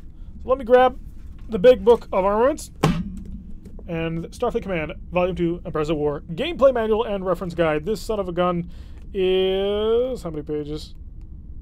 232 pages, and then they bring the Starfleet Command Cadet Training Manual, which goes from A1 to A37. Yeah, this was back when they really made manuals for you. So, nope, actually, let's go to the table of contents, that'll be easier. As we read through the big book of armaments, which I'm so happy I ended up scanning that. Where on earth did you get the manual? I had the original box set. Like, I had the boxes. I don't think I have the box anymore. I still have the manuals they just came with the game. So I have the original pamphlet, which is our pamphlet of justice. I have the Orion Pirates manual. I have the original big manual. Like, this was one of the first online purchases our family ever made, and my father ended up buying it for me for Christmas because I loved the demo disc so much, and he knew how much I loved Star Trek, so he went all out, and it's still one of those big important gifts, you know. Like, yeah. So let's see, Wild Weasels. No, that's defense. Show me the shuttles. It's tactical officers, communications. Somebody will scream if we're about to hit the planet, right? Right, guys? Don't want to do that again. Shuttles. Types of shuttles. Suicide. Suicide shuttles is 166 or 167. I couldn't quite read. So we flip all the way over to 168, apparently. And we have suicide shuttles. Suicide shuttles cannot be given orders. They will automatically attack the current target. Suicide shuttles are armed with a powerful antimatter bomb. I was wrong. They do not deal 10 damage. They will explode on contact with the target. They do 25 points of damage. Wow. So, yeah, manuals used to come with games. And that was such an awesome time period because you could take the manual and just read it and have fun with it. I have the OP manual. I've read it so many times. Yeah, I've gone through this, the both of them actually a lot more times than I care to think. Now it's $99 to get the collector's edition, which has a printed manual. Ouch. Yeah, just some Steam code in a paper box. Suicide Shuttle seem to... The problem is they're so slow. Like, they're so slow and they're completely undefended. So yeah, getting to the target is not easy. But if you can do it, then rock with it. Starfleet Command Volume 1 came with PDFs of the cadet rules of Starfleet battles. Oh, so is that like the cadet training session? Let's see, probes. Let's see if I can get the probes before I smash into a planet. I am doing a speed of 10, which is pretty significant for a Dreadnought. Let's quickly come over here and prepare to crash stop. Yeah, let's just drift onto a stop here. We only need to be at 5.99. Please don't touch the planet. Please don't touch the planet. Not tractor beams. I want transporters. There you go. Beam over, Mr. Diplomat. Let's see, we want science. Standard probes is 122. So let's flip over to that one. 122, standard probes. We don't care about standard probes. We want to know weapon probes. Weapon probes can be used as makeshift weapons. Once armed, they have a poor chance of actually hitting harmed. Maximum range of 6. It doesn't say. Huh. Draws 2 points of charge. Their chance is based on a range of target. Only at extremely close range do they hit. They have a maximum range of 6. To fire the probe as a weapon, you must have a target. Interesting. It doesn't actually say. And then special probes are, of course, handled with the communications menu. Alright, so let's check out our supply value. We have 3 points of damage, plus 3 points of damage, plus 3 points of damage, plus 3 points of damage. So 12, actually. Somebody at the dockyard was lying to us. Let's quickly top off right here, and we're going to set back out into space. Do we want to go with another planetary assault? No, we're going to do a convoy raid, because, hey, we're big and we're deadly. Gotta go up to chat, actually. Wow, we're actually chatting pretty good here for once. Not for once. You guys are always pretty awesome, but... Oh, hi. Hi. Oh, you're a C6. Okay, never mind. I thought for a second you were a battleship. But you are not. Let's see. Good point. Late game. Late game and F plasma isn't their use. F plasmas are not bad late game, purely because they don't take any power to charge, allowing you to worry about more important plasma weapons. Use tractors and suicide shuttles. We could try that. Maybe we'll get into a knife fight situation where we need that. The assault shuttle brings over a boarding party, so it takes one marine team and then sends a boarding party over to the enemy vessel to automatically. I think it's just board them. I don't think it actually does a hit and run attack. They can still they can just point defense a shuttle in one shot.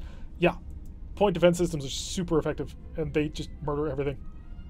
I remember the knife fights in Starfleet Command II multiplayer where both players would shoot and attack the other player's weapons until they basically had nothing left, and someone killed me with a suicide shuttle. Oof, that's rough. We'll have close battles. Are admin shuttles the least useful thing in game? No, they are not. And the reason why they're not is because they have a phaser 3 on board. Seriously, that's not terrible. It could be worse. Although, what would be the most useless thing in game? It can't, unfortunately, be the pseudo-frigate interceptor, because the pseudo-frigate interceptor has shields and more weapons than an admin shuttle. Maybe the attacking probe. Seriously, how much damage does an attack probe do? I'll check the Orion Pirates manual after this, because sometimes that has information that the original one doesn't. Sorry, Morris, but you got, well, jumped. There's really no other way to put that. I'll try to get in there. I was about to say I'll try to get in there to help you, but no, he's done. Although, with that said, Morris did 10 damage to the hull on a C6 Dreadnought. I mean, you gotta give it up for Morris. He did one hell of a show. Let's quickly come in here and say, you're not gonna do that, nor that. We're gonna get here. Photon torpedoes are set to normal mode. Excellent. All of them select. Let's get ready to nail him, because I assume he's about to fire all of his weapons at me. Let's knock down this forward shield. And your forward shield is gone, sir. And we'll pull on through and fire a little bit on our way through. Our forward shield has survived, which is nice to see. And we've almost taken out 3 of his shields. He's in a bad position. We'll slow down a little bit, give ourselves some power for other things. I don't need repair, but I do want to know 22 Marines is a lot of Marines. Oh boy. Imagine the Morris guy. We literally named Morris with a handgun. The AI is, yes, the AI is extraordinarily good at getting itself killed. It seems to have a somewhat depressed personality. I need to come in and take care of you guys, but I don't really have much to do. Is there another vessel? Ooh, we've got an escort. We have a E4T, which I'm not quite sure what it is, but it's an E4, so it's not particularly deadly. But it could be interesting. Let's pick up the pace a little bit. I want some shields. How much do I got? 11 is pretty good, actually. Oh, but you've... Do we ignore him for a bit so we can go kill the... What is it, 4 ships in the convoy? Yeah, we're ignoring him. 1 more point of speed. You can play with my side shields a bit. I'm going to wait and I'll dump photon torpedoes on him every time I get a chance to shoot at anything. I've yet to kill something with an attack probe. Well, I had yet to kill anybody with a self-destructing ship, and then I did it in one episode of a campaign. There we go. Yeah, that was a little bit overkill, but hey. We have to kill these guys. They're more important than everything else. Hi. You are quite small and quite poorly armed. I think we've located the most useless ship in the game. We were asking about it. Kill a starbase with an attack probe. If Starfleet Command II had achievements. Let's not introduce achievements in Starfleet Command. We don't want to see where that'll go. Because then it'll be like skins and microtransactions. Let's not go in that mental place. One of my favorite moments in these OP videos was when your Federation escort ships crashed right into an asteroid just before... Yeah, I think I remember that. I don't... That was the second Federation campaign, right? If I'm thinking of this one correctly. Let's get it nice and close. And blast away. Didn't kill him. But that did kill him. Hi, buddy. Actually, what I'm going to do here... how close to me are you? Not very at all. Slow down a bit. Let's just slow down on top of him. Micronetics pays $10 for... Oh, that would just be a nightmare. Just everything bad about the universe right there. Okay, so damages past the shields. I'm going to beam over a Marine. Oh, crap. That was dumb. That was very dumb of me. And that cost me... Well, it didn't really cost me anything, but that cost me armor, which is not good. Do I need to kill you yet? I don't.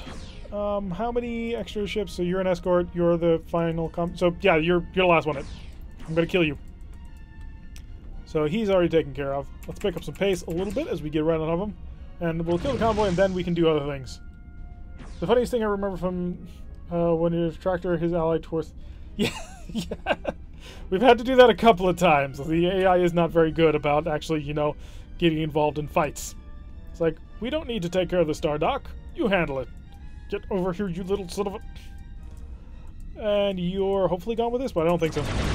No, we did take him out. Excellent. And our photon torpedoes are still ready to go, which means we get to be aggressive. It's annoying when it's necessary to do that. A little bit. I mean, just small tweaks to the AI to make it better would be appreciated. Alright, so we've taken care of the convoy. Let's see. Yeah, forgot what it was. All I remember was it was an X-type ship and you'd seen shock. Old games seem to be better than the new ones. Yeah, yeah. I kind of wanted to say yeah. Falcon 4 was, well, specifically BMS mod is better than DCS. Starfleet Command is frankly the best tactical starship shooter that I've ever played. Although, I mean, I want to play Children of a Dead Earth at some point. Because that looks like it'll be pretty interesting. Kerbal Space Program's really good. I mean, I can't run it well enough to stream, but yeah, Kerbal Space Program is a pretty fantastic game. Always tracking the Klingon ships late in swing rate. Let me at him! Starfleet Command was the first ever PC game at the ripe old age of 11 alongside Kingpin Life of Crime. Well, that's an interesting combination of things right there. Yeah, Starfleet Command is a fantastic game that I think is a perfect game to introduce children to strategic combat thinking as they duel against Klingons in the middle of space. Armada 3, the total conversion for Sins of Solar Empire is amazing. Yes, so I hear. You're a scatterback. Hang on. No, thank you. You can't catch me. I'm on to your wily ways. And I'm going to poke into there. And we'll just surge on through. Our forward shield's not a great shot. Oh, I was going to drag that into the mine. It was going to be cool. Stuck playing KOTOR at the moment. It is so much fun. Yeah, did you hear about Knights of the Old Republic got cease and the remake got cease and desisted by Disney? Because they apparently want to dig the grave of... we won't talk about that. That would just be anger. We call them Klingorks. Yes, Klingorks. Or as or dwarves for Matt Colville. For those of you who don't know who Matt Colville is, go search for Matt Colville. He's amazing. and he's a dungeon master for D&D, and one of the things that he has mentioned is that the dwarves that he makes in his campaigns are basically short Klingons, which I find to be both hilarious and adorable at the same time. What's a Klingon? KOTOR is a damn good game. I want to play at some... Okay, interesting decision. I disagree with your decision, but it's an interesting one. Thank you. Let me go. Well, our shields are in pretty good shape, and now your forward shield is gone again. So many people watching right now for the game. 12 people. No, that's actually a really good number. The thing is, this game, while it's old, the fundamentals are sound, and it's reasonably easy to update. I mean, it's not, like, I don't want to, like, at all say anything to in any way belittle the effort of the devs on this one, because they have done a fantastic job for all the fan patches. But you can make this game look really good without an exceptional amount of effort. So, in all reality, there's no reason why this game shouldn't be more popular. Because again, fundamentals are very sound. There's nothing else really like it on the market right about now. And you can make it more than tolerable to look at without too much effort. So, I hope that this game gets a lot more popularity, because I think it's fantastic. I mean, I've been playing it on my channel for over a year, so quite obviously I think it's fantastic. Wasn't sure anyone ever played Starfleet Command before finding it. Yes, there are a few of us. Although, if I'm honest, the idea was not mine to stream Starfleet Command. At least not initially. I hadn't thought of doing it until I had stumbled on several years ago. I think it's like 6 or 7 years at this point. There was a guy on YouTube by the name of Barry John who was doing Starfleet Command Empires at War. Do I have to charge up a tractor to shut you off? Klingons. And he was doing a run-through of the ISC campaign for Empire at War. And he was the one that originally kind of put it in my head that, hey, this is the kind of game that people might enjoy watching and would enjoy quite a lot. Yes, Barry John, way, way long ago. Okay, you're on my tail and I don't want you to be there.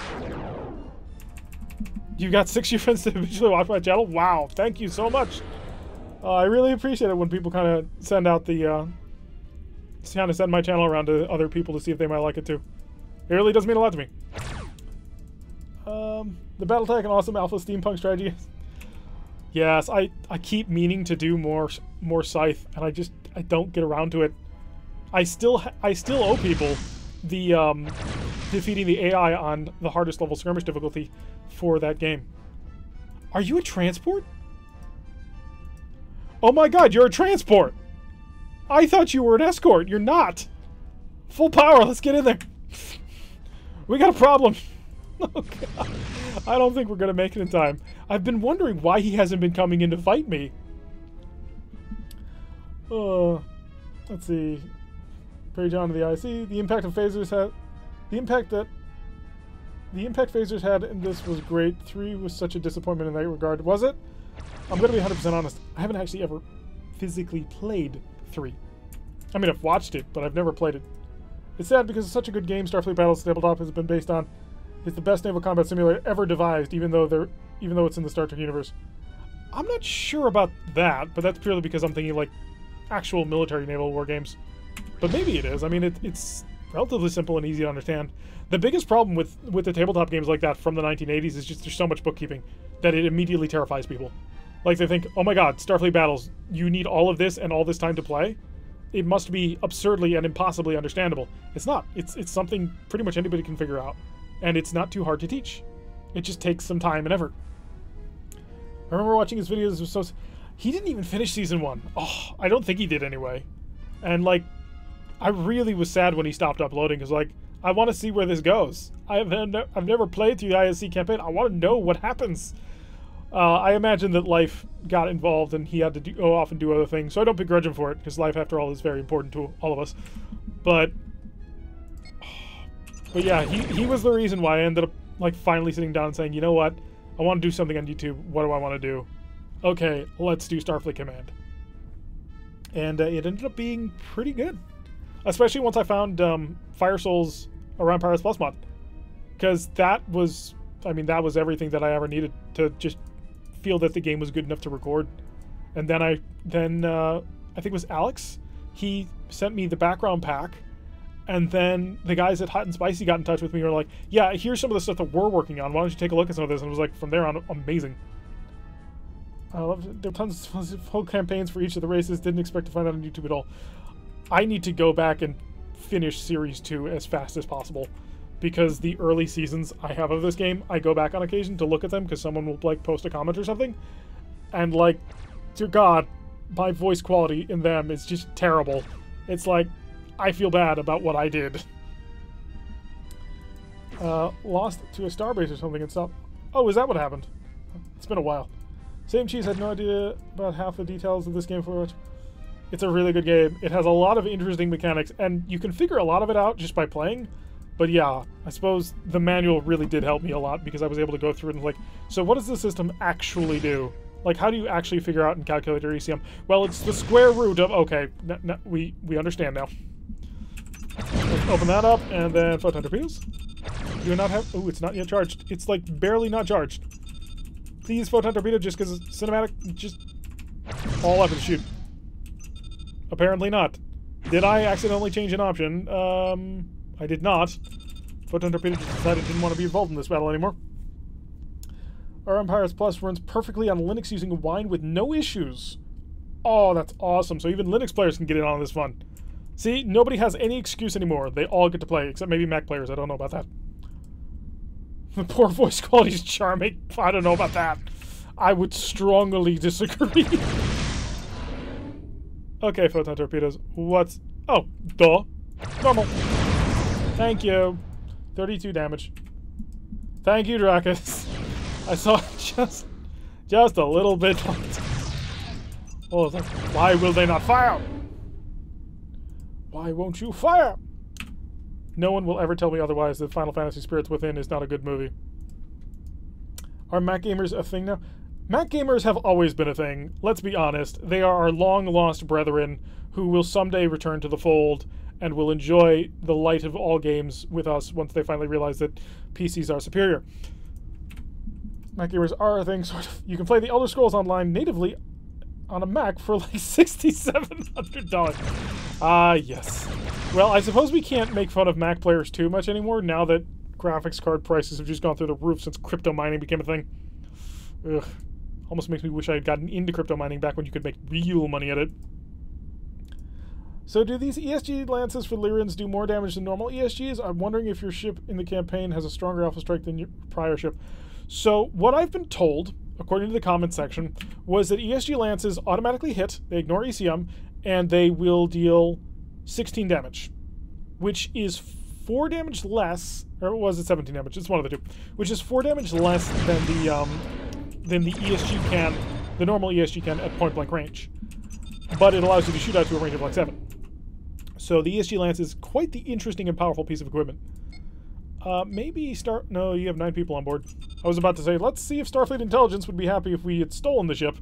But no, there's too many people for me to steal. I have 4 transporters. I have a ship this big with this many people, and I have exactly 4 transporters. Which I suppose allows me to beam 20 people at a time, but how am I supposed to do a mass evacuation on that? Alright, come on, phasers. Let's fully recharge on this one and take him out completely. No, he still wants to fight. Okay, maximum speed done. He's done for. He has no power. He's sitting there. He has no weapons. We have finished with you. Nah, ESG lances are not maulers. Really just, I don't know why, but the entire Lyran line of starships is just not all that impressive. I mean, I just don't think there's much to be said about them. Like, yeah, ESGs are interesting, and a battleship brings 6 of them, which is 120 damage that they can't miss. But the steps you gotta take to make it happen are just really difficult and dangerous. So, we'll top ourselves off. Only 5 spare parts spent on this one, plus 2 mines and a couple of Marines, which we sent to, well, self-destruct a poor little freighter.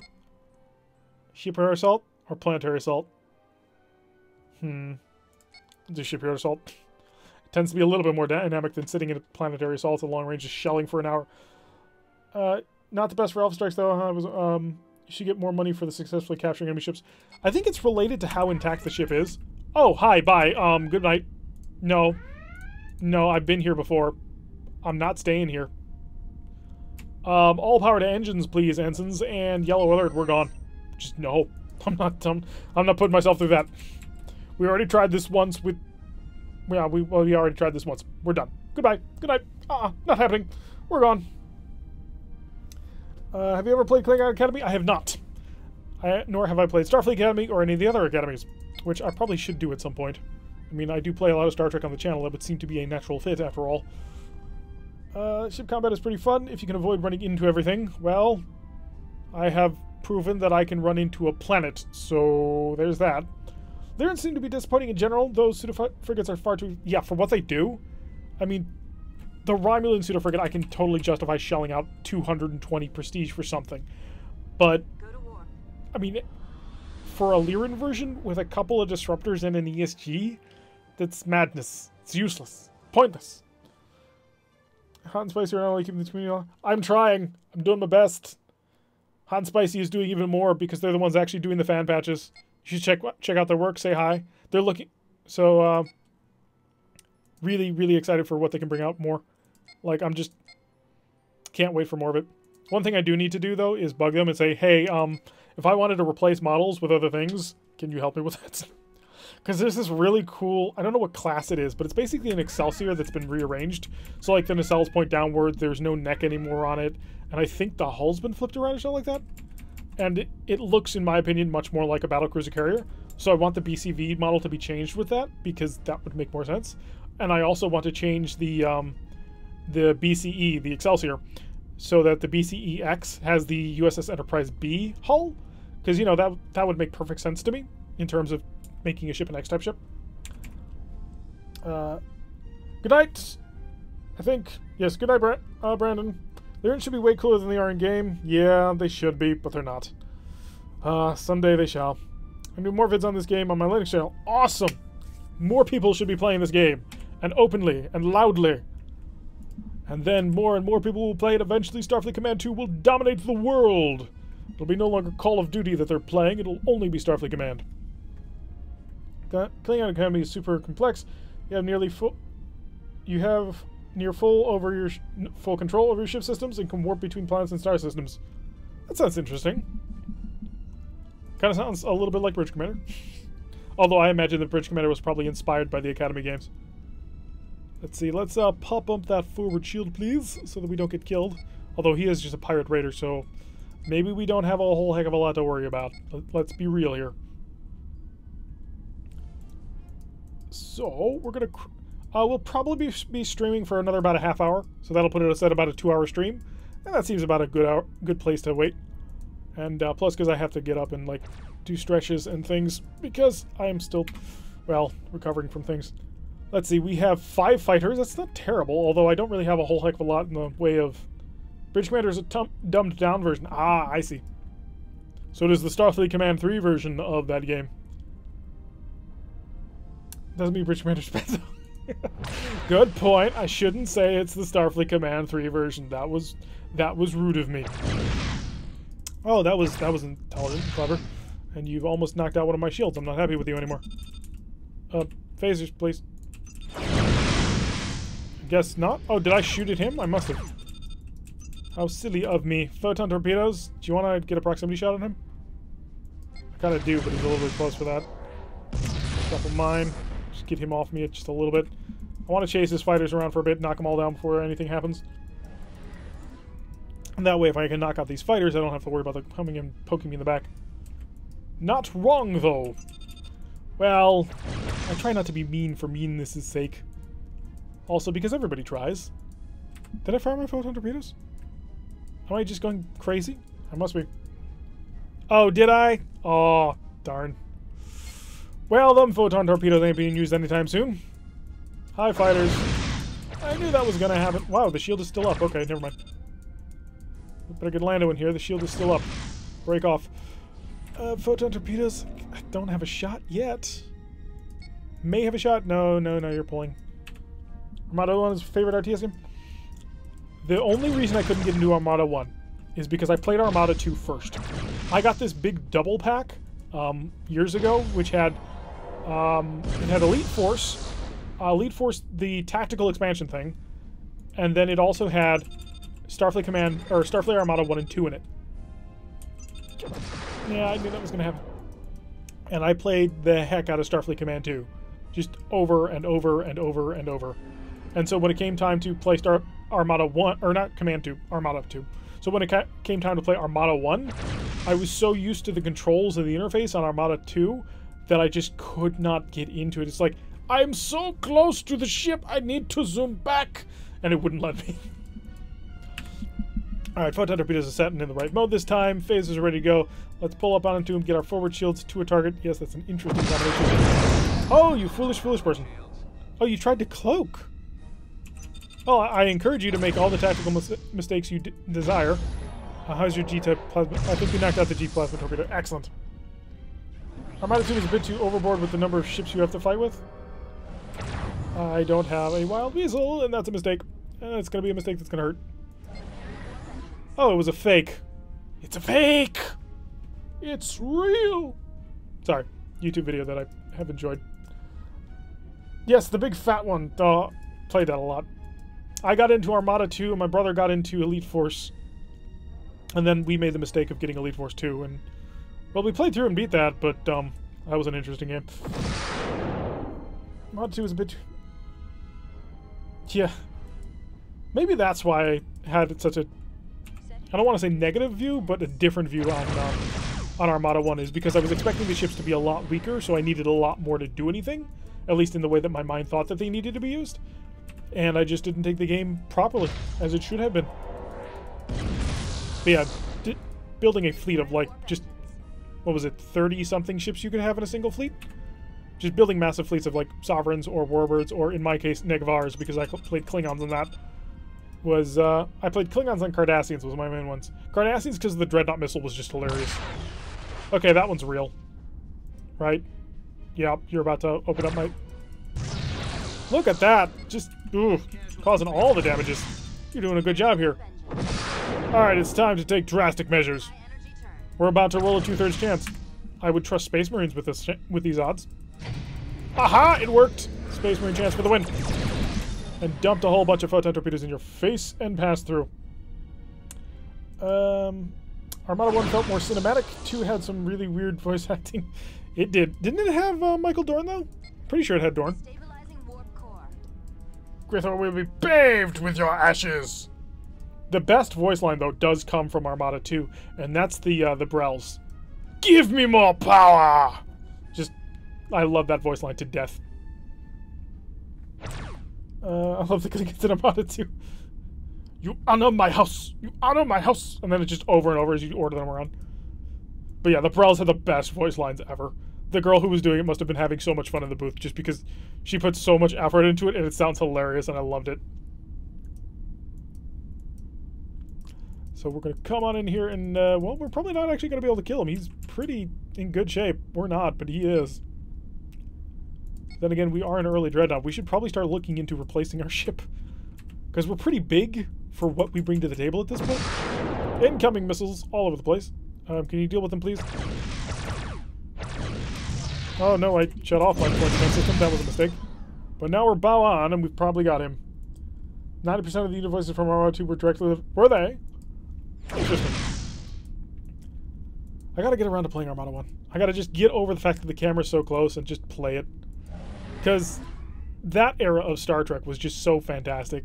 Because it is that era where we get things like the Starfleet Commands, we get the Armadas, we get the Elite Force ones. And like, it all came from sort of the same era of gaming. And it was all fantastic.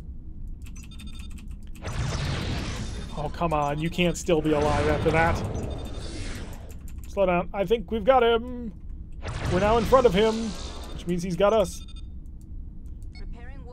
So we're just gonna slow down to a nice little stop here. Rear phaser, could you get involved, please? I know that you work. There you go. Almost crippled. He's doing a speed of 0. We're also doing a speed of 0, but the only weapon he has left is a single phaser 1 and a couple of missile launchers, which can't shoot at point-blank range. So we're just gonna slowly turn maximum speed of time, please. As we're just sitting here waiting for the phasers. A little bit more, and we got him. Are you through my shields again? There we go. Bridge Commander was the last good Star Trek game from that era. Yeah, Star Trek games just in general used to be great. They used to be, once upon a time. And then they all just kind of started sucking. I'm not sure what happened. Kirk-era movie ships have some really nice gravitas to them. I like them a lot because of that. Like, the Constitution refit is hands down, in my opinion, the most beautiful Star Trek ship in Star Trek. And there's a lot of really cool ships in Star Trek, but the Constitution refit is just gorgeous. It does not get nearly as much... Well, no, it gets a ton of credit. I think most people agree with that. So I can't say it doesn't get as much as it deserves. Because it really kind of does. Akula class is one of my favorite. That is one of the gripes that I have with this mod, is that the only Akula class in game is the Akula Mark III, which is the XDD. So the X-type destroyers are Akulas, but I'm used to having like the destroyers being Akulas, and they're not anymore. Ah, great, another PLPH, and we're being escorted by the Invincible, which I think is a Dreadnought. That's a pretty decent amount of firepower right there, and we're fighting another C6. Should be able to deal with it. The Akiras are awesome. They are. They're so awesome that they flipped them upside down and made them a hero ship. Obvious and easy Enterprise joke. Haha. Let's put up the forward shield. Make sure that we don't get killed too much. Oh, there's a second one. Okay, so we're dealing with two. I don't think a third one will show up, otherwise it would have been over here. Make sure that forward shield is the only thing reinforced. And I've got to start challenging you on electronic countermeasures, don't I? Otherwise you're going to make my life difficult. Yeah, Akiras are just badass. They are aggressive-looking ships, and they have the coolest name in all of Star Trek. Seriously, USS Thunderchild? That name is just awesome. Everything about it is cool.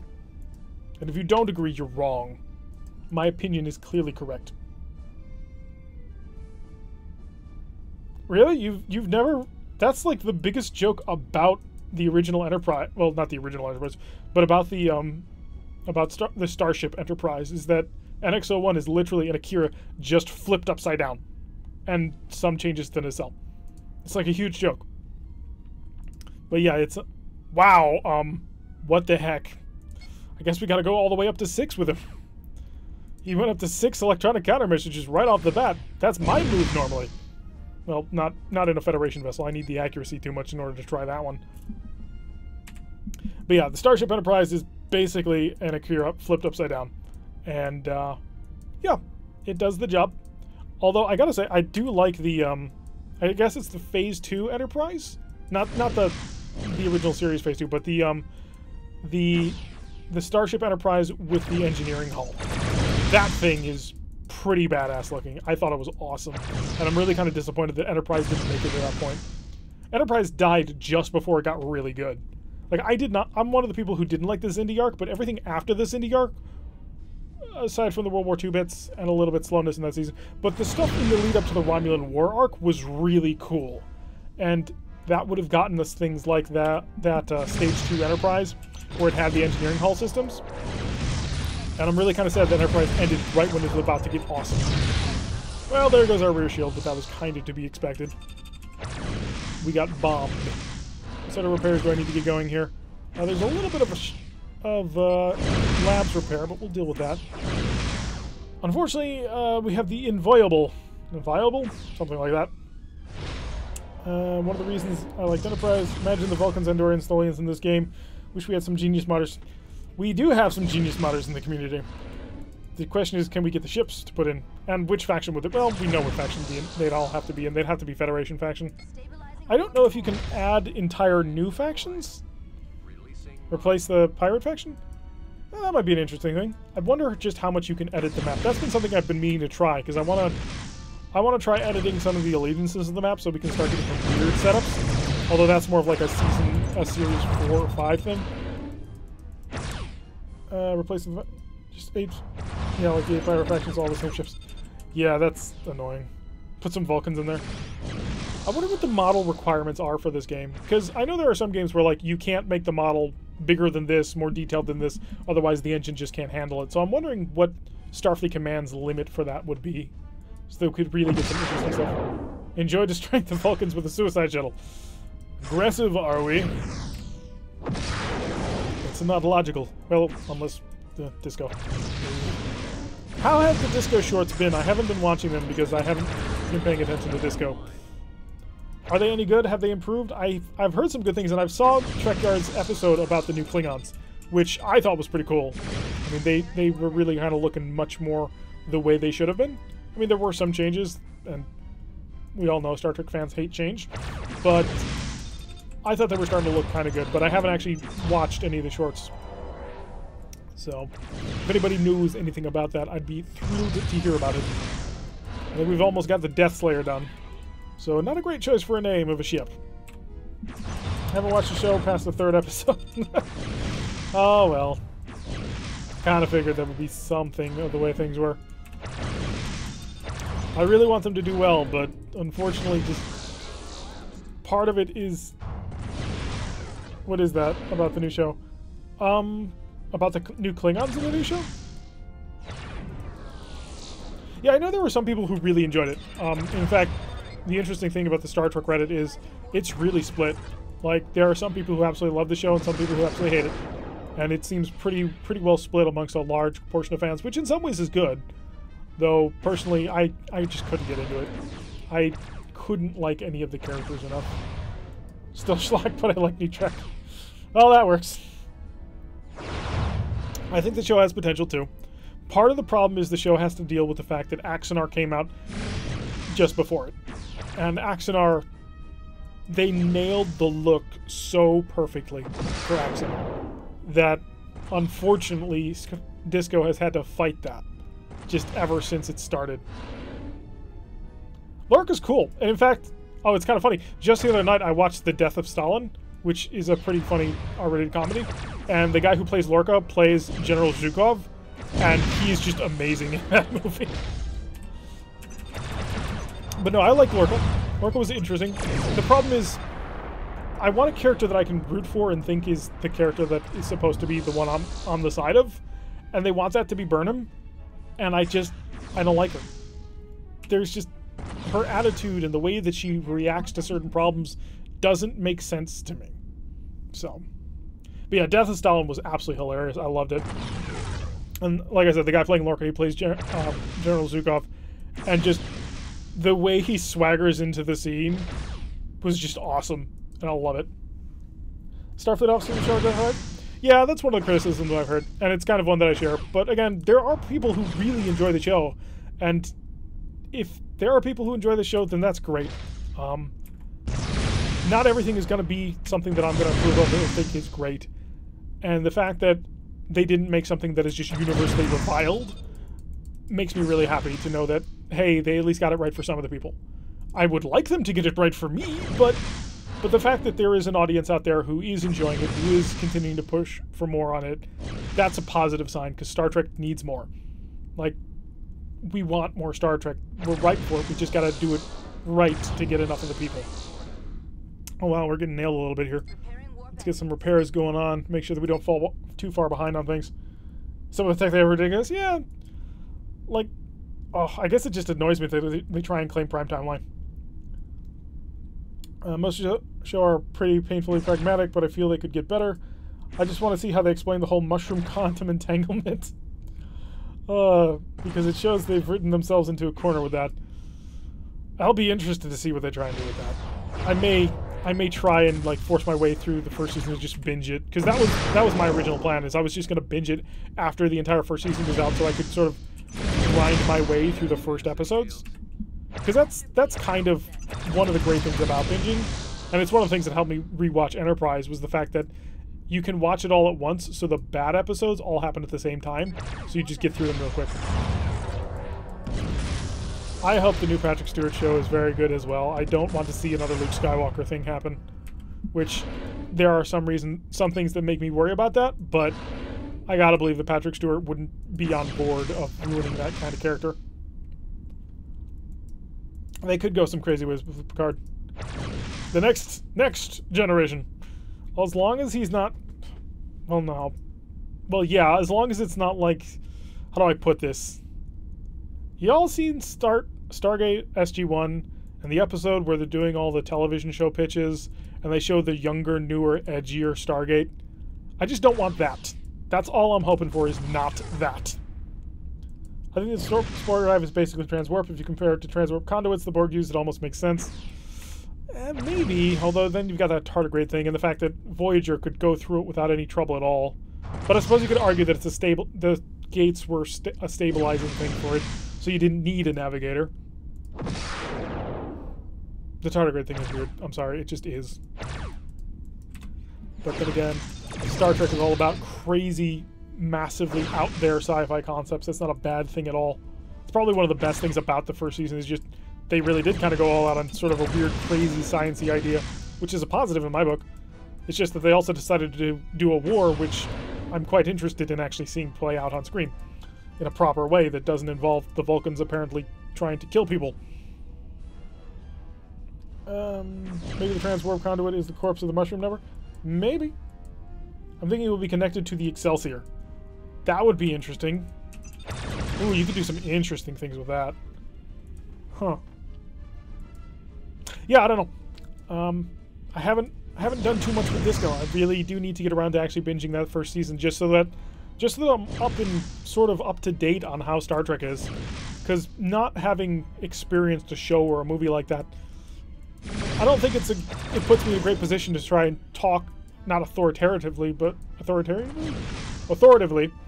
Star Trek, but I kind of want to be like someone who knows what's going on in the fandom. So if I don't watch it, well, then I need to learn enough about it in order to talk about it. You can't complain if you haven't actually looked into it. And if you've looked into it and it's not for you, then that's fine. But if you're just jumping on a bandwagon saying it's terrible, well, that's not fine. We're Star Trek fans. We're supposed to be a little bit better than that. A little bit. Not a whole lot, but a little bit. Most of the Klingon War would have been better in the show. More of the Klingon War would have been better in the show. Yeah. Yeah.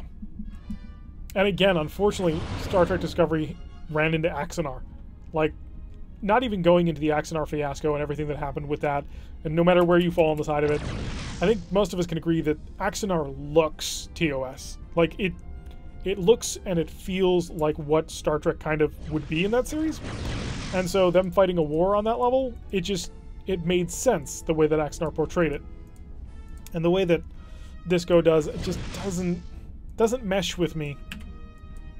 And I kind of wanted to see more of it, not that it would happen mostly off screen with ships that didn't look. Most of the ship design in that show annoys me. That probably is my second biggest gripe. But I don't want to rag too much on the show. Again, people like it, and that's good. The more people that like Star Trek, the better.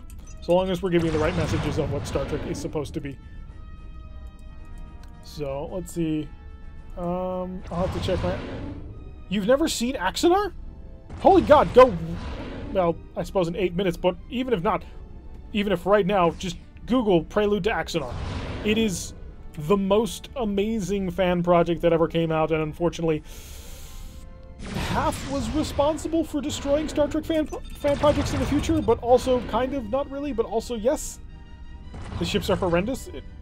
Are we talking about the Klingon ones? Because yeah, the Klingon ships are ugly as all hell and don't make any sense. Like, I lost it when I saw the Death Gliders, and I was like, no. Just no. Like, the amount that they rip off the Goa'uld Death Glider with the new Birds of Prey is painful. And kind of, like, not something that I can just say, oh yeah, whatever, artistic interpretation. No, that's just wrong. Is this by the guy that in the movie Trekkies? I don't know. It was done by, God, what was his name? What was the guy's name? The guy who was running Axanar. He plays Garth of Izar, or he was going to play Garth of Izar. Prelude to Axanar is sort of a mockumentary of what the fan movie Axanar itself was going to be about.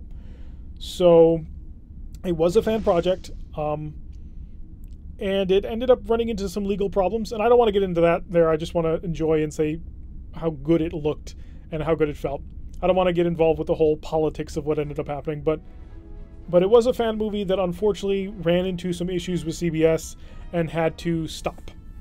Originally what they were going to do was they were going to make basically a full-length feature film, a fan film that was basically kickstarted by fans with excellent quality effects, excellent actors, like actors from the show. Like the guy who plays Jarl Martok plays a captain in the show. And there's a lot of people who were, like, was it Saval or Savick? Not Savick. But there were big Trek actors in it. And that started stepping on CBS's toes a little bit. It was unfortunate, but it is what it is. And the politics around it is a little bit murky, but the show itself looked to be really good. Hello, Josh. Welcome to the stream. Unfortunately, we're only going to be here for another about 5 minutes. Well, actually, we're probably going to finish destroying this planet, which is going to be kind of boring because it's a planetary siege. But yeah, how did they find the funding? Well, some of them did it apparently not on a pro bono, but on at least a reduced rate because it was a fandom project. And there was also, I believe it was a GoFundMe at the time, where it was just fans came together to help pay for the movie. So it was an interesting thing that was coming together. And again, politics got involved, bad things all around. And unfortunately, we are all the poorer for it because we will never be able to experience what that would be. Yeah, it was awesome of them, and seeing some of these major Trek actors like actively supporting the show was like, wow, that's really cool for the community. And I would have really looked forward to it. Yeah, definitely go look for it. I mean, the Prelude to Axanar is still up on YouTube, so you can still easily find it. They didn't have to take that down, at least. So, and if I highly suggest, if you're a fan of Trek at all, check it out. It's about 20 minutes, half hour, and it's really cool in my opinion. Alright, let's begin the siege of the planet. Ouch. Luckily our shields were able to take that, so I'm gonna proximate. And we're gonna nail every single shot right there, and we're gonna slowly get on closer. Because we have a decent amount of shield, and hopefully we'll be able to hold for a while. So when does the streams normally happen? I don't really have a regular stream time. I've streamed more recently, but that's purely because I've had an opportunity to be at my set at the time, and also because I was doing this partially because Captain Foley was starting to do Starfleet Command I, and so I wanted to kind of show off Starfleet Command II because he had been trying to get it work. So I don't really have a regular streaming time, unfortunately. It's something that I probably want to try and get nailed down a little bit more if I start doing more often. It is a lot of fun to be just playing the game with you guys here and chatting and sort of shooting stuff and talking about Star Trek. I mean, that's always enjoyable. But I don't really have a set time yet. I'll be interested to see what you guys might think might be a good time. And that might be something to write down in the comments down below, just sort of the times that you guys think might be good for streaming. I'll have to work it around my work schedule.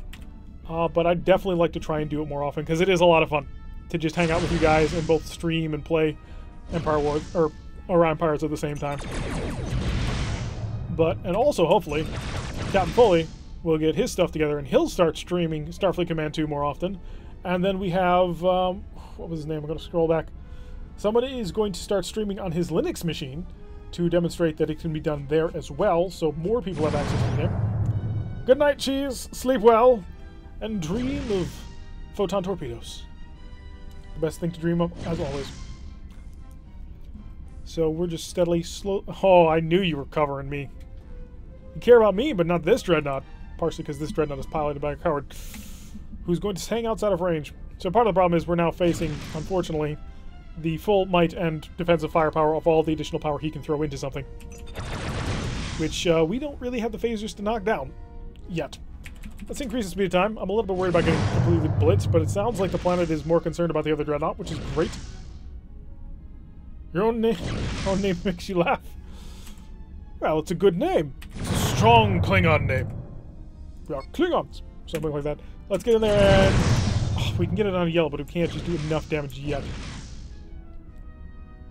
Watch them while you eat pizza. No better time. Pizza, of course, should always be enjoyed at all times, for all reasons. And when Star Trek and pizza combined, it is a beautiful thing. Okay, I think we're going to have to stop sometime soon. I want to get within a range of 5, but... Am I through? No, I'm not. I can just barely see that. At least I think I can barely see that. Oh, wait, no, I think I got through. Oh, follow the phaser. Come on, quickly. Yes, we're through. Okay, so we did blast through them. There's a hole in his shields at this point, which is cool. Let's come in here. We're going to stay out here at range. Just keep shelling away. He's got 29 people on board. I think we set up hit and run teams. Go Marines. Go Marines. Can I not select other things? It does lag a little bit when you start ordering Marines around. Cut down that shield. Don't let it come back up, because that's pretty important. It is, of course, very dangerous to constantly drop your shields to try and beam over boarding parties, because it could end very, very poorly. But if we can nail these Phaser 4s before anything happens, then we can basically just hang out here with impunity, because 8 disruptors is not really all that dangerous. Oh, I thought for a second he hit us. I saw all this yellow suddenly start flashing. Like, wait, did we take damage? But no, we're nailing systems down. We've taken a pretty decent number. Did you shoot back at me yet? No. It's my phasers going out. I keep getting confused with my own phasers. They're annoying because we're Federation. Unfortunately, that's the problem. Oh, crap. Stop that. No more. We're down to 5. Whoops. We stopped before we ran out. No, just resist. I resist it because I don't... The game's not easy to do at max speed. There's a lot to keep track of, and there's a lot of sort of mini decisions that you make, like even mid-turn. So I try not to play at maximum speed so that I don't find myself falling behind and screwing up. And that's the main reason. When you're worried about smashing into planets and the like, it can be pretty easy to avoid max speed. Because max speed is also really dangerous. Sieging a planet out, you tend to play a little bit faster, but that's just because planets are... One of the reasons you might not do that is because if a planet starts shooting at you suddenly and you don't react in time, you're in a lot of trouble. So there we go, sending over our Marines, taking care of the issue. Yeah, if you play other races like the Romulans, you can blow up planets in basically one pass. It's great. Oh, now you're shooting. After I've basically already conquered your planet. You have no way of resisting me. It doesn't... It's not that it's bad for recording video. I mean, you guys can see the game played at maximum speed. It purely has to do with the fact that I can't make the decision fast enough of what to do at times. There's some minor timing things that show up every so often that you really want to keep on top of, that if you're playing at max speed, then it kind of doesn't work out. Another 495 prestige. But I think that's where we're going to end the stream for today. We've been streaming for about 2 hours, and I really need to go take care of a couple of things. But... Yeah, we're definitely going to have to stop here now. I was thinking about maybe I would say that we could do a stream later on tonight, but I don't think that'll happen. But yeah, so we're going to stop streaming here. About 2 hours worth of content, and we've now been enjoying the Dreadnought USS Berlin. So the last stream, we got to enjoy the Constitution class. Now we got to enjoy the Federation class. And there's a couple of other classes that I could like deliberately select as a starter ship, but that would be a lot of... Well, we've already seen the cool ones. So let's just quickly check a shipyard here, because we have 1,600 prestige, which is quite a lot. Ah, there's a CC+. This would be a Constitution refit in this game. And 1808 is the normal one. Does not have the drone launcher, so that's actually the Constitution refit, and this is the in-game Constitution refit. So yeah, we're going to end things right there. I'm going to try and sort of keep up with streaming after Captain Foley. I don't know if that'll happen or not. I don't know when he streams, and, well, to be honest, I may not have the time when he finishes up whatever he's doing. But just to show off the game a little bit more, we're going to keep doing Federation stuff for a little while longer, at least until Captain Foley gets things going, and then we'll be switching back when we stream to our ISC stream. I don't know when that's going to be. I don't know how often that's going to be. If you want, like, a specific time, or you think that streaming is a really good idea, throw in something in the comments. Let me know. That is a great way to sort of... Like, I read all the comments even if I don't respond. A lot of times I just don't know how to respond. But yeah, leave a comment. Let me know what you guys think, sort of what times you think might be good. And I'm really sort of interested to see sort of where the community's head's at for this sort of streaming work. But yeah, if you're new to the channel, I play Starfleet Command, and I also play Battletech and other sorts of games like this. I'm trying to do more Star Trek games every so often, but I try and tend to keep it towards more like RTS sort of style games like this. So Tuesday, Thursday, Saturday, and Sunday, we play Starfleet Command. On Monday, Wednesday, Friday, we play Battletech, which we will be moving into Rogue Tech by the end of the month. And that's the only hint I'm giving you for how the Battletech campaign has gone. So if you like sort of this kind of content, this sort of way that we do things, hey, feel free to drop by a couple more videos. Maybe you like it, and if so, drop a like, maybe hit that subscribe button. And yeah, so I'm going to finish up with my normal sign-off. I've been Tirak. If you like what you've been seeing, hit that like button and subscribe. If you want to receive a notification every time I release one of these videos, press that little bell icon, leave a comment, and I will see you all in the next episode. Now we come around here to end the recording. Bye-bye, everybody. It was fun.